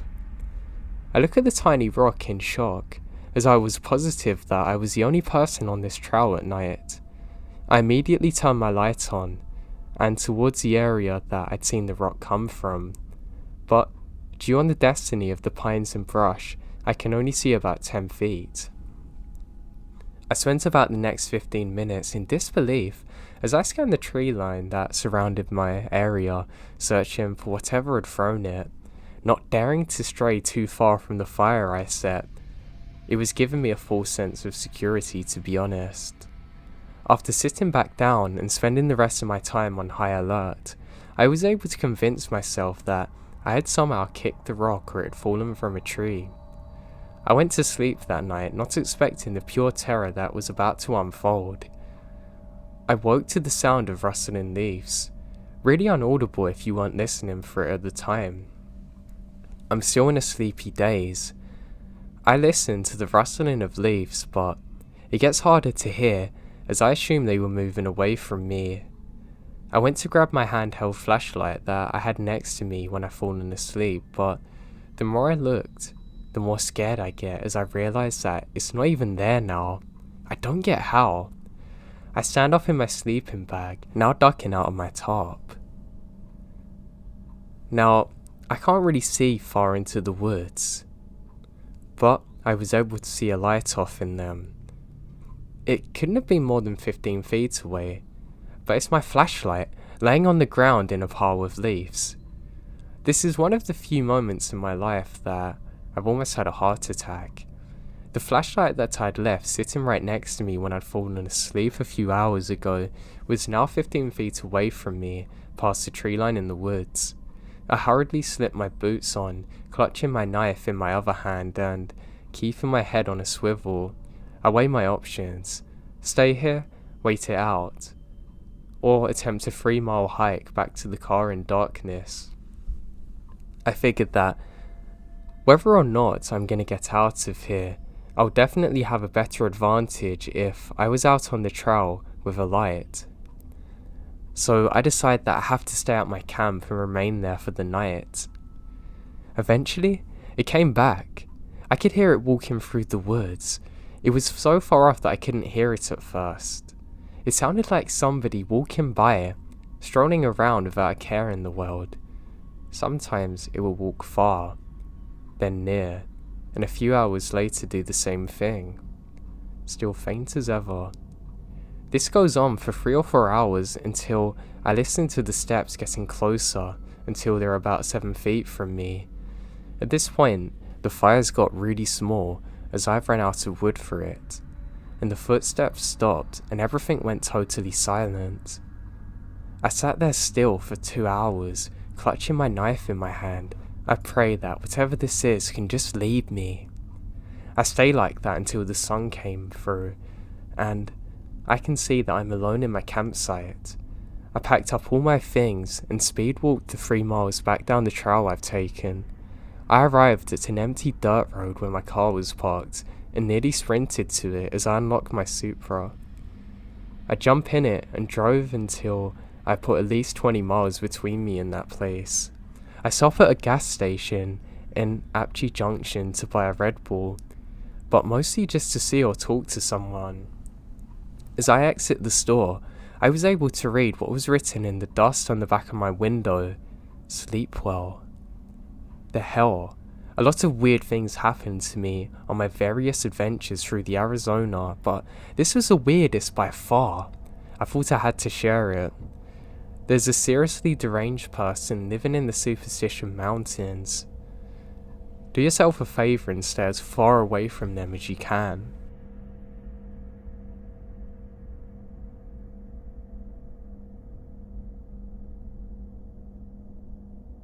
This is a story that's been really bothering me lately for absolutely no reason whatsoever. A few months back, I just had this dream that brought back this memory I tried to suppress growing up, but as of recently, it's been weighing on my mind. Growing up in 2005 on the edge of the suburbs, there was a large grove of trees and hills by some railway tracks that led to a big forest about half a mile from my home.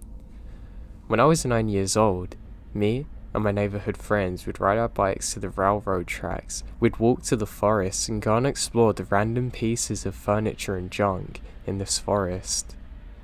We'd play card games, do homework, and hang out with friends for about 2 hours. We never stayed too long. There was this small abandoned house, and in this forest, we always stayed away from it. As one of my friends, Michael, said, there's a homeless man that lived there, and if you saw him, run. So right off the bat, after hearing this, going near the house in the woods was as scary as could be.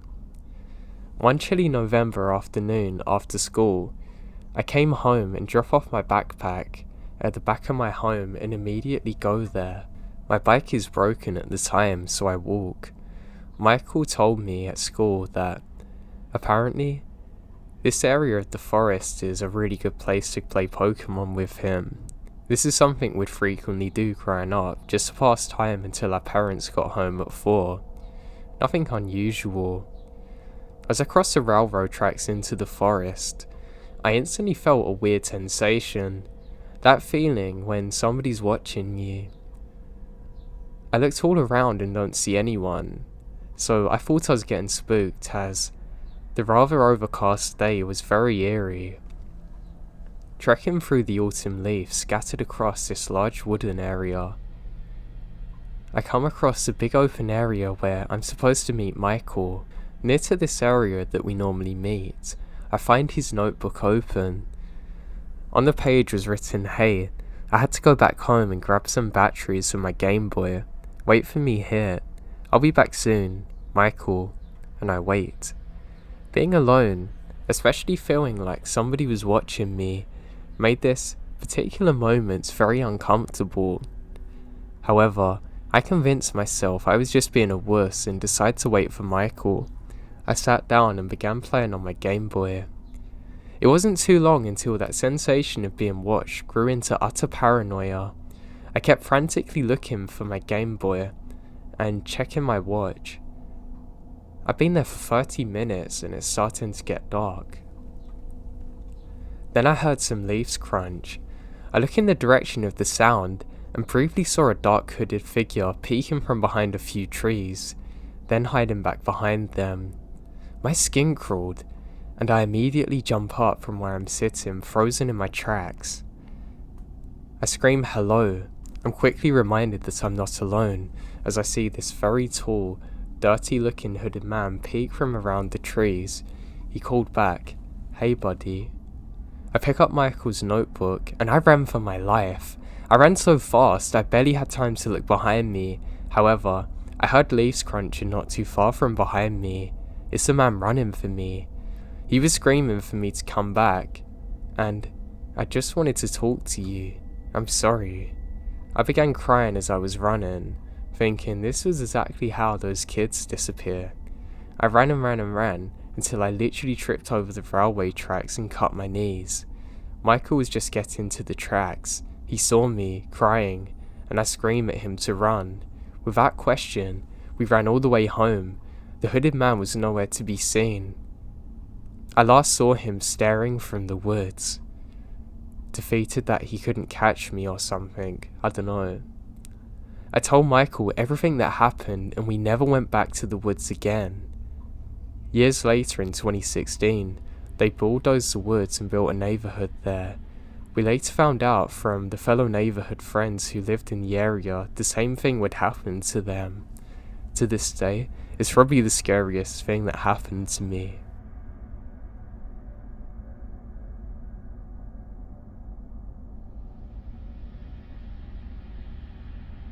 When I was younger, I spent a lot of time living with my grandparents.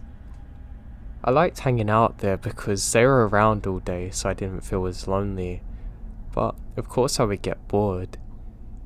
They were lucky enough to own a cabin in a forest. I would often stay there. I'd bring food and just have a good time generally, or read, but of course it could be boring, and that would always lead me to explore the forest a little bit. I would never go too far out, just far enough that I could find some tranquility and enjoy myself, something that I probably didn't do often enough. Now sometimes when I'd go out on these trips, I would have the overwhelming urge to get out of the forest, or the sense that I was being followed. Normally, I thought, oh, there's probably just some animals around and I'm not really used to being out in the woods, but it was something that would continue for a long time. So much so that I actually become used to it, and I trained myself just to switch off from it, which probably wasn't a good thing, because even today, I have the problem where if I feel like I'm being watched, I don't even bat an eye at it. Now on one particular day when this happened, I was on one of my walks, and I didn't really think much of it like normal. However, there was a pungent smell that was truly overwhelming my senses. It really smelled like a dead body. I thought maybe an animal had died, but I couldn't see any. I can't ignore this, and now the paranoia sets in, as I realise that something might be watching me. I'm worried that maybe it's a dead body or something. I start returning back to the cabin. As I do, I can hear something falling through the trees. I stop dead in my track. I can see a large rock has been thrown just behind me. Now I'm certain it had been thrown there, because I never saw it before and I literally just walked there. Then I think to myself, if that rock hit me, it would have knocked me out or gave me brain damage. Just as I'm thinking that, I can see a large dark figure in the trees. The craziest part is I lock eyes with something with orange glowing eyes. Now I don't believe in Bigfoot, but I have never seen anything like this in my life. The smell, the rock being thrown, it all makes sense. I turn and start sprinting. I'm so scared that I start to tear up while I'm running. I can hear that thing closing on me. I start screaming and praying. I make a sudden turn and now I'm only about 50 meters away from the cabin. I glance behind me and I can see the figure again, this time walking. I don't care, I keep going until I'm in the cabin and I slam the door behind me. Through teary eyes I look out the window and I can see whatever this thing is staring back at me. It stopped as though it knows that it can't go any further. It simply turns around again and returns to the forest. I told my parents about it and my grandparents, but they don't believe me, but I know what happened that day, and I've never seen anything like it. I know that the area is where the Navajo are supposed to reside, but I don't think it was a skinwalker. It's truly the most scary thing that I've ever experienced in my life.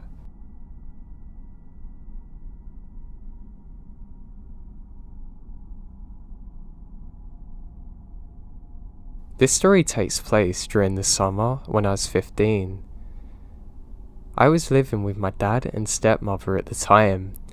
I remembered my mum throwing a royal fit about me buying new school clothes because I had let a few pairs of pants get holes in them and still wore them. It was my first year going into high school, and I wasn't going to let her spoil that for me, so I went to stay with my grandparents for the summer to earn money.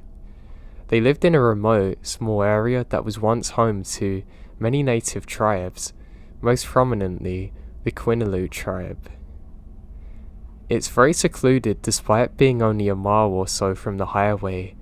It's all lush, gorgeous forest. My grandpa had built his own 3-story house and a shop where he cut and assembled cedar into roofing products. That's where I came in, hauling heavy chunks of cedar to his van, stacking, nailing, chinking up pieces into smaller ones to be sold. I made good money while I was there, and could buy a new wardrobe. As summer was coming to an end, it was too hot to work, and I decided to walk one day. Now let me say that I spent my childhood roaming around these woods. Armed with my grandpa's 2 dogs, we ran and played and napped all day, and I'd never seen anything out of the ordinary or got weird vibes. I waited until it was a bit cooler in the evening and started out, walking a little path that would take me to an old unused logging road. I had tread this path so many times that I wasn't even paying attention until I felt like I was being watched. I would like to note here that I was young at the time and had yet to touch alcohol or drugs, and I had no history of hallucinations or mental illness, so what I saw really haunts me. There he was, standing naked in the middle of the path, looking down at me with a blank expression. He was tall, maybe even 7 feet, much taller than my 5 nothing. He had long matted black and grey hair. There were tufts of it growing from the sides of his arms as well. His skin was very sticky yellow and pale, looking too big for his stature. We made eye contact. His yellow orbs felt like they're looking into my soul. I couldn't move or think. Everything goes silent around me. The next 10 seconds or so seemed like they stretched out for an eternity. We just stood there looking at each other, before he swiftly turned and walked back into the trees. The foliage went undisturbed as he melted through it and disappeared. I honestly expected him to charge at me, or at least try and intimidate me, but he just left. I haven't seen him since either, nor am I too enthusiastic to go out looking. I remember telling my grandma about it, and she said it was probably a drug addict, but something didn't seem right. I've told this story somewhere before, and it really scares me. I've tried looking into Native American folklore, especially the local stuff, but haven't found anything matching the description. I don't know if maybe it's a skinwalker or not, but it truly terrified me.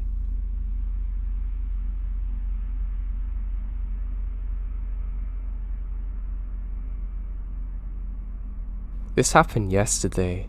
My brother and I went for a hike to stave off cabin fever from self-isolation. We chose a pretty remote trail to lower the risk of coming into contact with others. I was walking ahead of my brother, and the gravel on the track was making our footsteps seem really loud. Deep in thought, I was listening to the rhythm of his footstep behind me. About 20 minutes in, I start hearing other footsteps, off faint and getting louder, until they're the same pitch as his, but they're very fast, like the rhythm of someone running. There suddenly came a halt to it, and I could hear the motion of somebody stepping on the gravel. That sudden sharp rocky sound you can imagine. I assumed that there must have been someone running or jogging on the track, and sure enough, I see a shadow on the other side of me appearing. It looks like somebody's head is next to mine, as though they're running behind me. I stopped, turned around to let them pass as the track's very narrow. However, when I turned around, it was just my brother staring back at me. He was confused as to why it stopped. So, I asked if he was running a second ago and he said nah. I asked if there had been anyone behind him and he said that he wasn't aware of anyone. I thought it was strange but just let it go and carried on. About 5 minutes later, we came around a corner and there was this smell of pure death. It was very strong, like rotten meat. We figure it's a dead animal. We reach our hike lookout about 20 minutes later, chilled out for a bit, then headed back. We passed the death smell again, and it's around the exact same spot where it happened before. I hear the running sounds again. I ignore it because I'm getting scared now and we pick up the pace to get back to the car. I told my mum and she said that it must have been a dead body and maybe that was their spirit that you could sense. I laughed at the time but it was more out of fear. I'm really not sure what this is and it still haunts me to this day.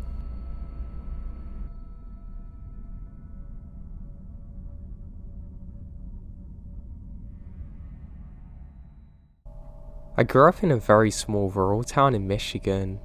This place was so small that everybody knew everyone.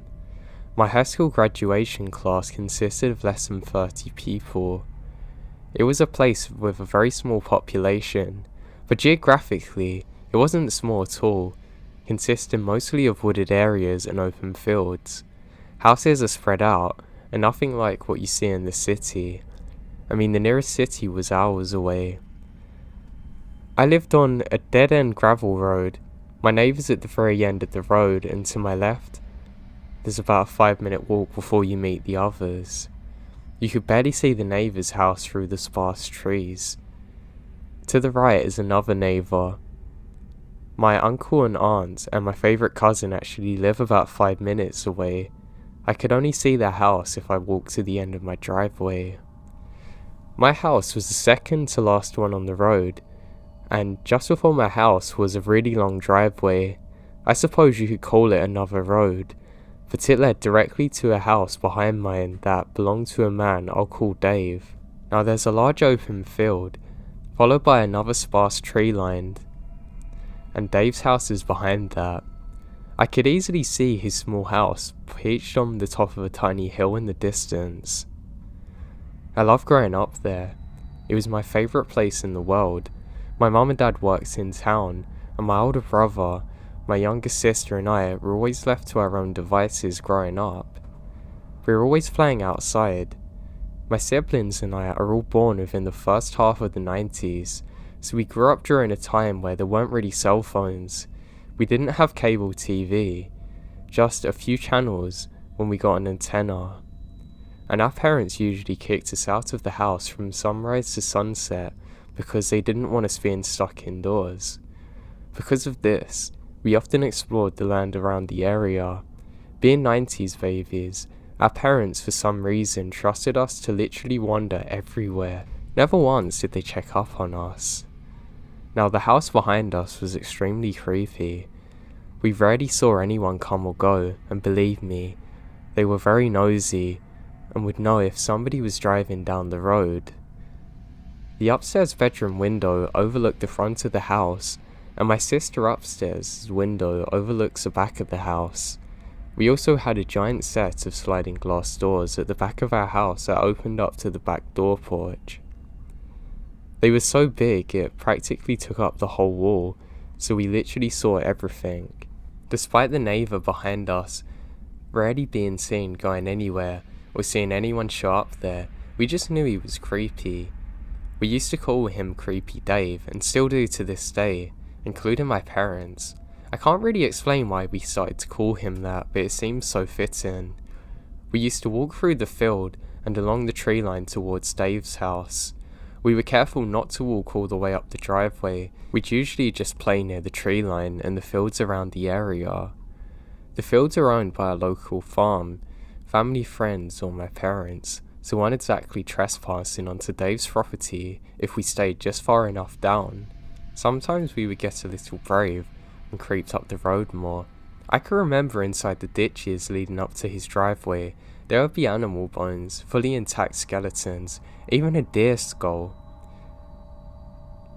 It had all been there long enough to be pure bone. That alone was creepy enough for young kids to see. When I was in middle school, Dave married this woman. I can't remember for the life of her name, but she had 2 children. A daughter I'll call Lisa and son I'll call Dustin. Now they started to ride the bus with me and my siblings to school. They always hated it when the bus drove up the eerie driveway to their house. I can remember one winter, the bus actually got stuck in the snow. The bus driver had to try and shovel us out, and while everyone was stuck waiting for the bus, I happened to look out the window at the barn near the house. It was still dark out, but just starting to turn to dawn, so the sky was bluish, but still dark, and you can see silhouettes. I kid you not, standing there on the second level of the barn, there's creepy Dave holding a pitchfork. He's not even doing anything, he's just staring at us watching. All I can see is his outline. It frightens me so much that I turn my whole body away from the window and start tearing up a bit. My best friend sitting next to me says what's wrong, and I can't even tell her. I don't know what it was, but it scared me so badly. I don't know if anybody else saw him up there, but I still picture it. That was the last time I actually saw Dave for myself, but unfortunately, he didn't disappear fully from our lives. I used to stay up late in middle school watching movies and reading. I've always been a night owl, and sometimes my sister and I would stay up on the weekends all night watching films. One night it's very late. After 3 AM, my sister had fallen asleep, but I was still awake. All of a sudden, we hear a very loud pounding coming from the door that led to our garage. We had a huge bay window in the living room, and a front door to the left of it. Our garage was on the right. Our window faces a driveway, and we have multiple dogs, so whoever this was come from behind the house, crept into our garage so the dogs don't know. I was so scared. My sister starts crying. I started screaming for my dad. He come running out of his bedroom in his underwear holding a shotgun. He went to the door and it's Dave's wife, crying hysterically. I have no idea what happened, but my dad never even told me, and the cops show up. Over time, this happened a few more times. It got to the point where my sister and I stopped sleeping in the living room. And eventually one night, my dad told Dave's wife she needs to stop coming running to our home for help and needed to go to the other neighbours. Thinking back, I feel bad, but my dad was clearly worried about us. These occurrences stopped for a while until one morning, I walked downstairs to SWAT vans parked around the road, men in uniforms with vests and guns crouching in the backyards, and they're pointing directly towards Dave's house. I freaked out. I ran into the living room, into the front entrance, and my dad was standing there with a sheriff. The sheriff had been telling my dad that during the night, Dave held his wife and daughter at gunpoint. I'm not sure where her son was, but he hadn't been there. Eventually, this man in his drunken fit of rage blacked out and passed out, and the wife and daughter escaped. I'm still not sure which neighbour they went to, but the cops are called. Upon getting there, he actually shot at them, and that's when the SWAT was called in. I suppose sneaking through my yard across the field was their way to get an element of surprise, but hell, how is a young girl supposed to know what to do when all this is going on? Dave went to prison and I have no idea of the outcome, nor his family. The kids never went back to school. Apparently he's out now but never come back here. All I know is his creepy house is still there, and it's been abandoned for ages.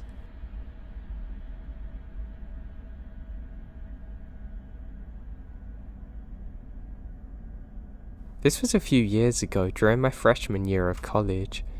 A couple weeks into school, this girl I had class with asked me if I wanted to go to a concert. She'd been given 2 tickets as a gift, and still being early in the school year, I didn't really have friends, nor did she, so we decided to go. We live in a large city, and the concert was in a small town about an hour away by train. We get to know each other on the way there, and by the time we get off the train, it's very dark. The street lamps are sparse. We're dressed in our outfits for the concert, and the venue's about a 10-minute walk away. Neither of us had ever been out of town before, and we're having some trouble using Google Maps to figure out what direction to head in. I, generally being pretty wary of strangers, am content to continue struggling with my phone map. However, my new friend decides to ask a man on the street for help. He looks like he's in his 30s, about 6 feet tall, blonde, and he's wearing a suit with no tie, and the top couple of buttons are undone. He tells us he knows where the venue is and can get us there. He says, do we want to walk? Now he says what are our names and how old are we, and where are we from. Not necessarily creepy, but I'm getting a bad vibe. It's dark. The streets become practically empty from the train station. We end up reaching an intersection, and he starts to turn right. I'd continued to look on Google Maps once we started walking, and having become better orientated, we're now moving. I know that we need to take a left. I say this, but he says, nah, you're wrong. And I say I'm looking at the map, but he says it must have gotten confused. We turn left and he continues walking with us, assuring us that now he knows where he's going.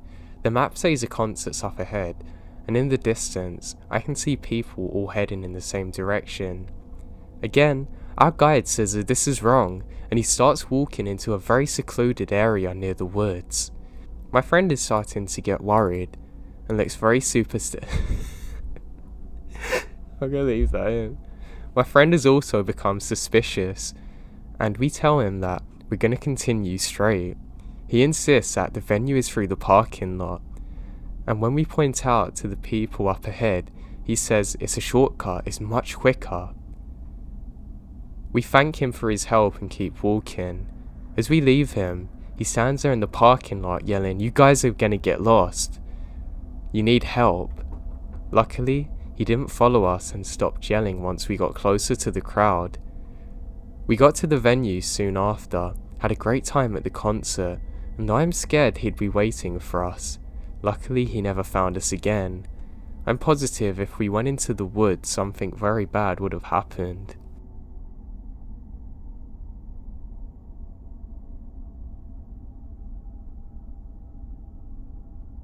My family and I have been hunting on the same property in East Texas for over 10 years. I love Texas. And we've had some really creepy encounters with some of the locals. This property we hunt on is timber company land. It's way off the beaten path down some dirty roads. No power, no running water, no sewer. There's only a few people that live in the area, only scattered around some hunting camps. Our closest neighbours live in a trailer about a mile away, and we've come to call this a meth house. Now I'm not sure if it's really a meth house, but it wouldn't be hard to believe that was happening there. Now this place has always been odd.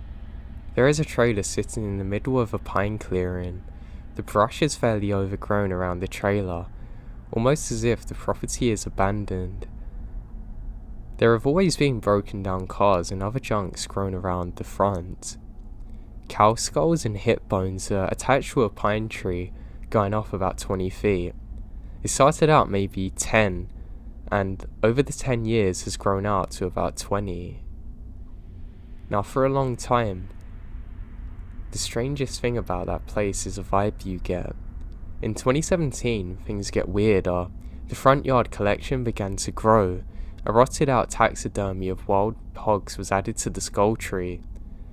A doll's head was fixed with horns onto some kind of stick in the ground, which we called the devil baby. There's 3 tripods about 12 feet high, each erected around the trailer made out of pine trunks. One day when we drove by, we noticed that from one of these tripods hung the spinal column and rib cage of we don't know what. We thought originally they were using the tripods to hang and clear deer, but the same bones have been hung there for over a year now, and someone would usually get rid of this. So, we've had no encounters with the residents and don't even know what they look like or if they actually lived there long term. This place was creepy. They seemed to keep to themselves. Until later in that season, we had 2 creepy encounters.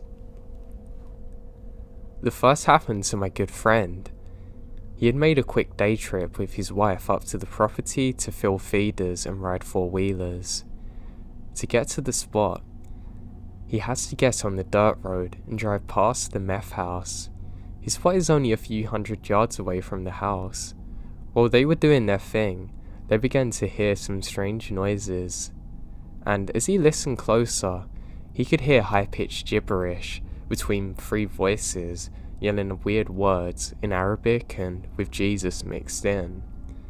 They decided to get on the 4-wheeler and investigate. They found 2 men squatted down besides a large mud pile in front of the house. They were splashing and bouncing around while furiously speaking gibberish. Once they noticed a 4-wheeler, they stopped and stared like animals. My buddy quickly took off. The second encounter happened to me and my brother. We were up there alone for the weekend and were relaxing by the fire on a pitch black night after a long day's hunt. We began to hear something strange in the distance. It was pipe organ music. It wasn't a recording of a pipe organ, but somebody actually playing one. They were missing notes and sporadically starting and stopping.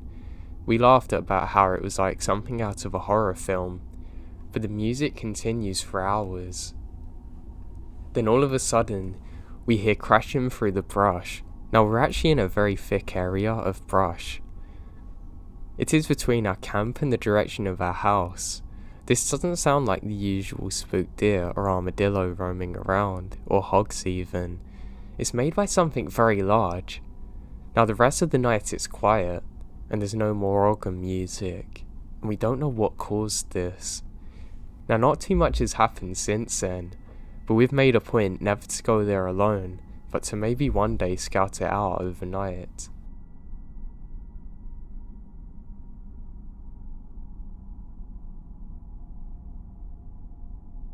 The summer before 2nd grade, my family and I moved into Olympia, WA.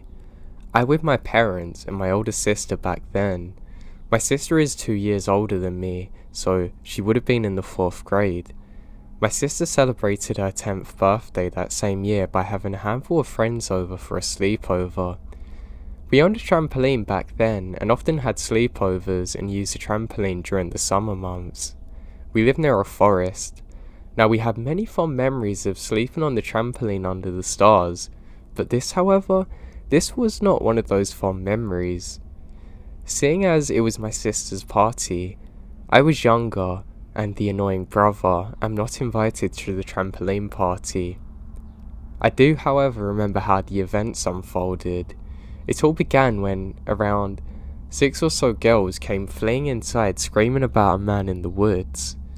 Our backyard at this house was fenced off to the left and right side, but was not fenced on the backside as our backyard continued into a beautiful forest backdrop.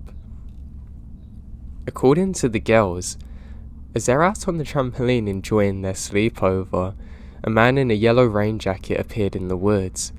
The random creepy man proceeded to stand there in the woods and stare at the 6, 10-year-old girls the whole time they're out there. He didn't respond to them when they attempted addressing him or even break eye contact. It was at this point that the girls are so scared they collectively ran as fast as they could inside. After the girls relayed their experience to my parents and I, the 3 of us reached to the window to see this man. When we get to the window, all we can see is a glimpse of the yellow jacket as he disappeared further into the forest, beyond the borderline of the neighbouring fence, out of sight. My dad sprinted outside yelling at the man, threatening him, calling the police but we can't see him. My parents did call the police and filed a report, but nothing ever come of it. After this experience, our parents thought twice about letting us sleep on the trampoline at night. We ended up moving a year later.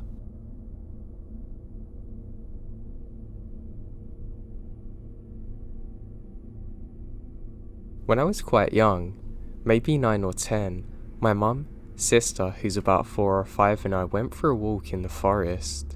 It was a large forest, well known for camping and having picnics, and we had walked through there many times before. The three of us walked for quite some time until we found a spot to have a picnic. After eating our food, we explored the various mushrooms and trees dotted around the place. When it started to roll over into late afternoon, we decided it was time to head back, and we made the walk back to the forest. There was always an eerie feeling when you're in the forest, in any forest no matter where. When we arrived back, we're shocked to see police cars everywhere and hear sirens. We had no idea what happened, but nevertheless, we got back into our car and drove home. I was wondering what could have happened the entire night back, when finally, my questions are answered.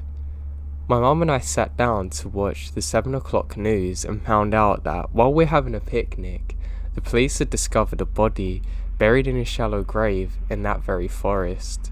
The reporter explained that the men involved were doing stuff with drugs and other criminal activities. As I was quite young when all this occurred, I didn't think much of it. Sure, I was creeped out, but I didn't completely understand it. Looking back now, it gives me chills thinking about it. I often wonder what would have happened if we were the ones to discover the body.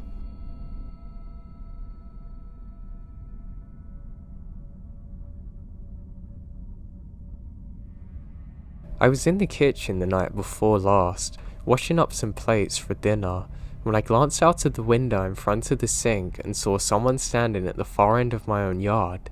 From what I could tell, it looks like a man of average build, with a scruffy appearance. He was essentially behind my neighbour's tool shed, which is on the right side of the border of my property, and so I thought that he might be somebody they knew. It was dark and he was quite a distance away, so I couldn't really see what he was doing. His back was mostly turned to me, but by his movements it looked as though he was panting at the ground with a shovel, as if he just buried something and was covering up. This raised my suspicion a bit, so I called my neighbours to ask if they're aware that somebody's behind the shed. They said they're not, and the husband went outside to investigate. I saw my neighbour open his door, and the man saw/heard it and bolts off into the woods. I went outside to meet my neighbour and see if there is evidence of what the man had been doing. So we both arrive at the spot, and I turned to tell my neighbour that I saw a man that fled into the woods. We looked down at the ground, and there's indeed fresh dirt where somebody was digging. My neighbour gets a shovel, which the man actually dropped when he ran off, and we start digging nervously. We're both expecting to find out something very gruesome, no doubt. However, what we dug up has actually left us with more questions than answers. It was a plastic bag with something softball sized and heavy. We dump out the contents, a rock, painted red with a smiley face.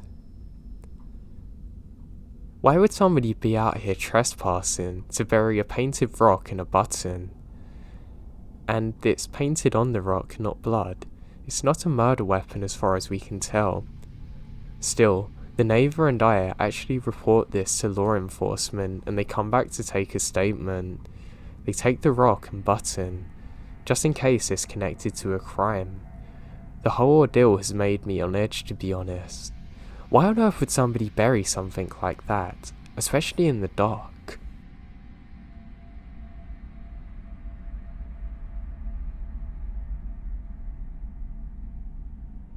This didn't dawn on me until I had my own children, and have hence been vigilant with stranger danger. Suddenly, one day, I sat up and realised the actual danger I was in, and how close I come to God knows what. I was about 10, and staying with my grandmother, something I did and loved for a week every holidays. My grandma lived in a new suburb on the outskirts of our city. Because it was new, there were a lot of new immigrants who started moving into the area. There was a wave of immigration from Lebanon due to the war there, asylum seekers. There was a very white Australia at the time, so my 10-year-old mind found those people bizarre and different. Anyway, I was sort of playing by myself with these new kids in the church parking lot near my grandma's. I was the only blonde angle out of about 20 kids my age, but they ranged up to about 12. I think that's why I may have been singled out, because I stood out. So this little girl about my age was sort of trying to play with me. She was so foreign to me with her hijab and long black dress in the 40-degree Australian summer, so I blurt out, "Why are you wearing that dress?" I was just confused by it and couldn't understand it. Then, when I look around to see if anyone heard me, I see a man stood there staring at me whose angle. I thought at the time he heard me. I was so ashamed and thought that he might come over to speak about my potentially mean comment, or tell my grandma, or even worse, ring my parents. But my 10-year-old head at the time thought that he was watching me from 10 meters away out of annoyance. He's just by a tree line, but he's been there for over 2 or 3 hours. Anyway, it starts getting dark. Everyone started to disperse for bath, dinner and bedtime. I got up and started walking back. The man started to follow me. He followed me to my grandma's and I ran inside and shut and locked the door behind me. I was waiting for his knocks to tell my grandma my crime, but instead, nothing came. He must have changed his mind, I thought to myself, but as I took a sneak peek out of the window, I saw him go down to the side of the house. Oh no, he's going in the back door to tell her, the shame, for nothing. Oh thank God. Just as I thought I am about to go to bed and forget about this, I look out the window and there he was, smoking, standing under the tree line. Still weighing up whether to tell my grandma, I kept trying to sneak peeks at him and see if he's gone so I can fall asleep. I decide to go to bed. Now the next morning, my grandma runs in.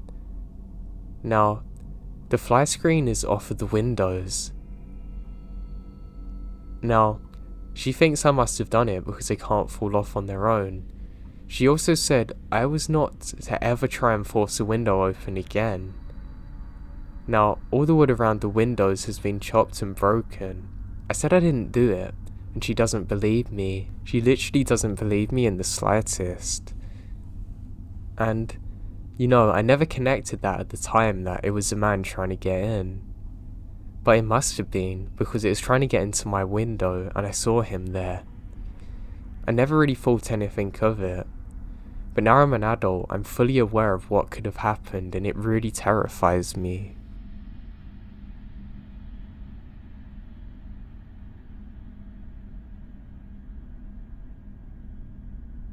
A stint of warm weather came through our area a few weeks ago, so my family and I decided to hike our local Appalachian trail.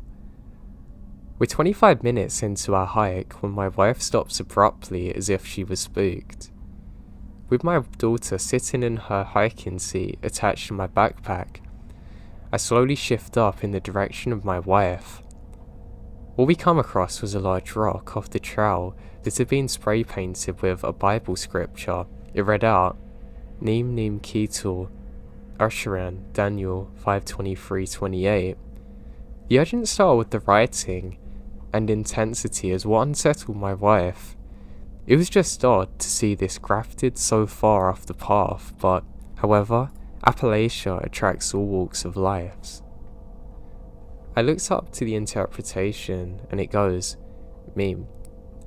God has numbered the days of your kingdom and brought it to an end. You have been weighed in the balances and found waiting and wanting. Your kingdom is divided and given to the Medes and Persians. As I'm looking this up, my wife wants to keep walking and starts up the trail. I then hear cracks of branches just behind me. I just kept that interpretation to myself as I know it will really just creep out my wife. Another mile into the trail, I hear the crackle of branches behind us. In the intelligence community, there's a rule of thumb regarding being tracked by a person or car.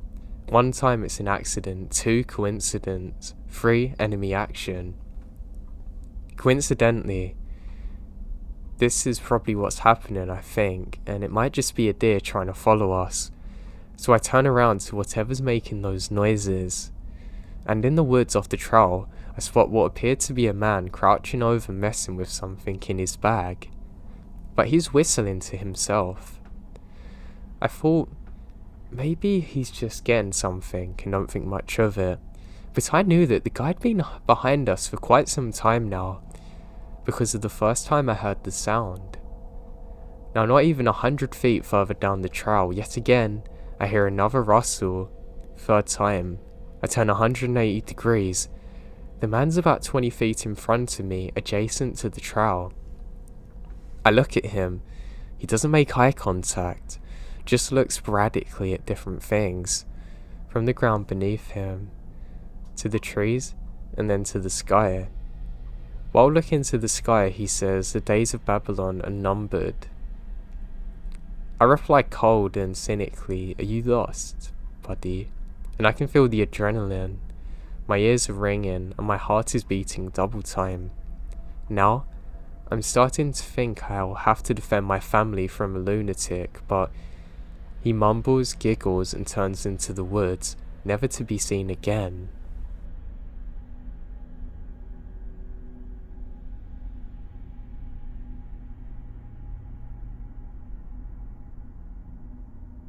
So this happened last summer. It was a hot day and I just got off work around 7 PM and decided to take my dog for a run in the forest reserve near my home. When you start out on the path, it's very open and near a busy street, but as you go further into the path, you are deep in the forest and surrounded by trees. The sun was starting to set at this point, but I figured I would get a quick 2 miles in so my dog could get some energy out. It was about a mile into my run when I started to hear a man just behind the trees. He hops out of nowhere with a cigarette and says, "Can you join me on my run?" I wonder why this man is behind a tree alone. My heart starts racing and I realize that it's almost dark and no one's on the path and there's no cars around in the parking lot. I say no thank you and continue to run, trying not to look panicked. He starts to get closer to me and my 1-year-old Staffy pit lunges towards him. My dog is extremely playful and gets excited to see people, so lunges towards him, just wanting to pet him. However, he looks intimidating, so the guy thought he was attacking. He backs up and I start running faster down the path, and I keep looking back. I stopped out of breath and frantically called my fiance who's at work. He didn't answer. I decided I didn't want to go any further down the path and further into the forest, so wait a few minutes and go back with my phone in my hand ready to dial the police. I get to the top of the hill and see the man jumping into the passenger side of a white van, speeding off. I always think to myself, what would have happened if I didn't have my dog with me that day?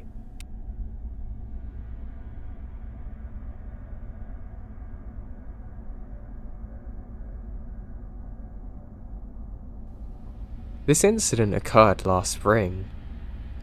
Let me set the scene and give a bit of backstory. I was driving from Minnesota to Iowa for a music festival and decided to leave on Thursday because 1, generally prefer road tripping at night, and 2, I wanted to get to the festival grounds as early as possible to secure a good camping spot. All is going well. I'm about 2 hours away from Des Moines and I realise I've really got to pee. Now for those of you unfamiliar with driving long, mostly rural interstate highways, rest areas can be a godsend when the gas stations are few and far between. So I see a sign for a rest area coming up in 2 miles. Perfect. I pull in and there's maybe 3 other cars in the lot. Things are generally quiet and on the first glance, nothing seems out of the ordinary or anything. However, I have just a general feeling of unease as I pull into the park, and I'm not one to ignore my instinct, but I really have the urge to pee. Luckily, my brother has just given me this taser because he knows I like to go adventures in often wooded areas, usually at night, and he wants me to be safe. So I grab it quick, just in case, and run to the bathroom. Not 30 seconds after I close my stall door, I hear someone yelling either babe or a name. It's unintelligible, just they're hollering at me and I don't know what they're saying, but they sound unstable. At this point, my heart starts beating really fast, and I'm just hoping he leaves the general building, but no, I hear the main door to the woman's stall literally kick open, and of course, he comes to the only stall and starts yelling at me. He finally says something I can make out. I'm looking for my girlfriend. So I say, I don't know you, go away. He then shouts at me, what's my name? The dude's clearly not in the right state of mind. At this point, he starts shaking my freaking stall door. So I turn on the taser and repeat, get out, before hitting the little button that makes the taser do its thing. Luckily, as I hoped, just the sound was enough for him to quickly run out. I stayed there for 10 minutes trying to regain control of my composure, and then quickly walked out to my vehicle, taser ready, and I immediately get out of there. What scares me is he almost knew what the taser sound was to immediately flee like it's happened before. I'm just so glad I had that taser because God knows what would have happened if I didn't have it on me that day.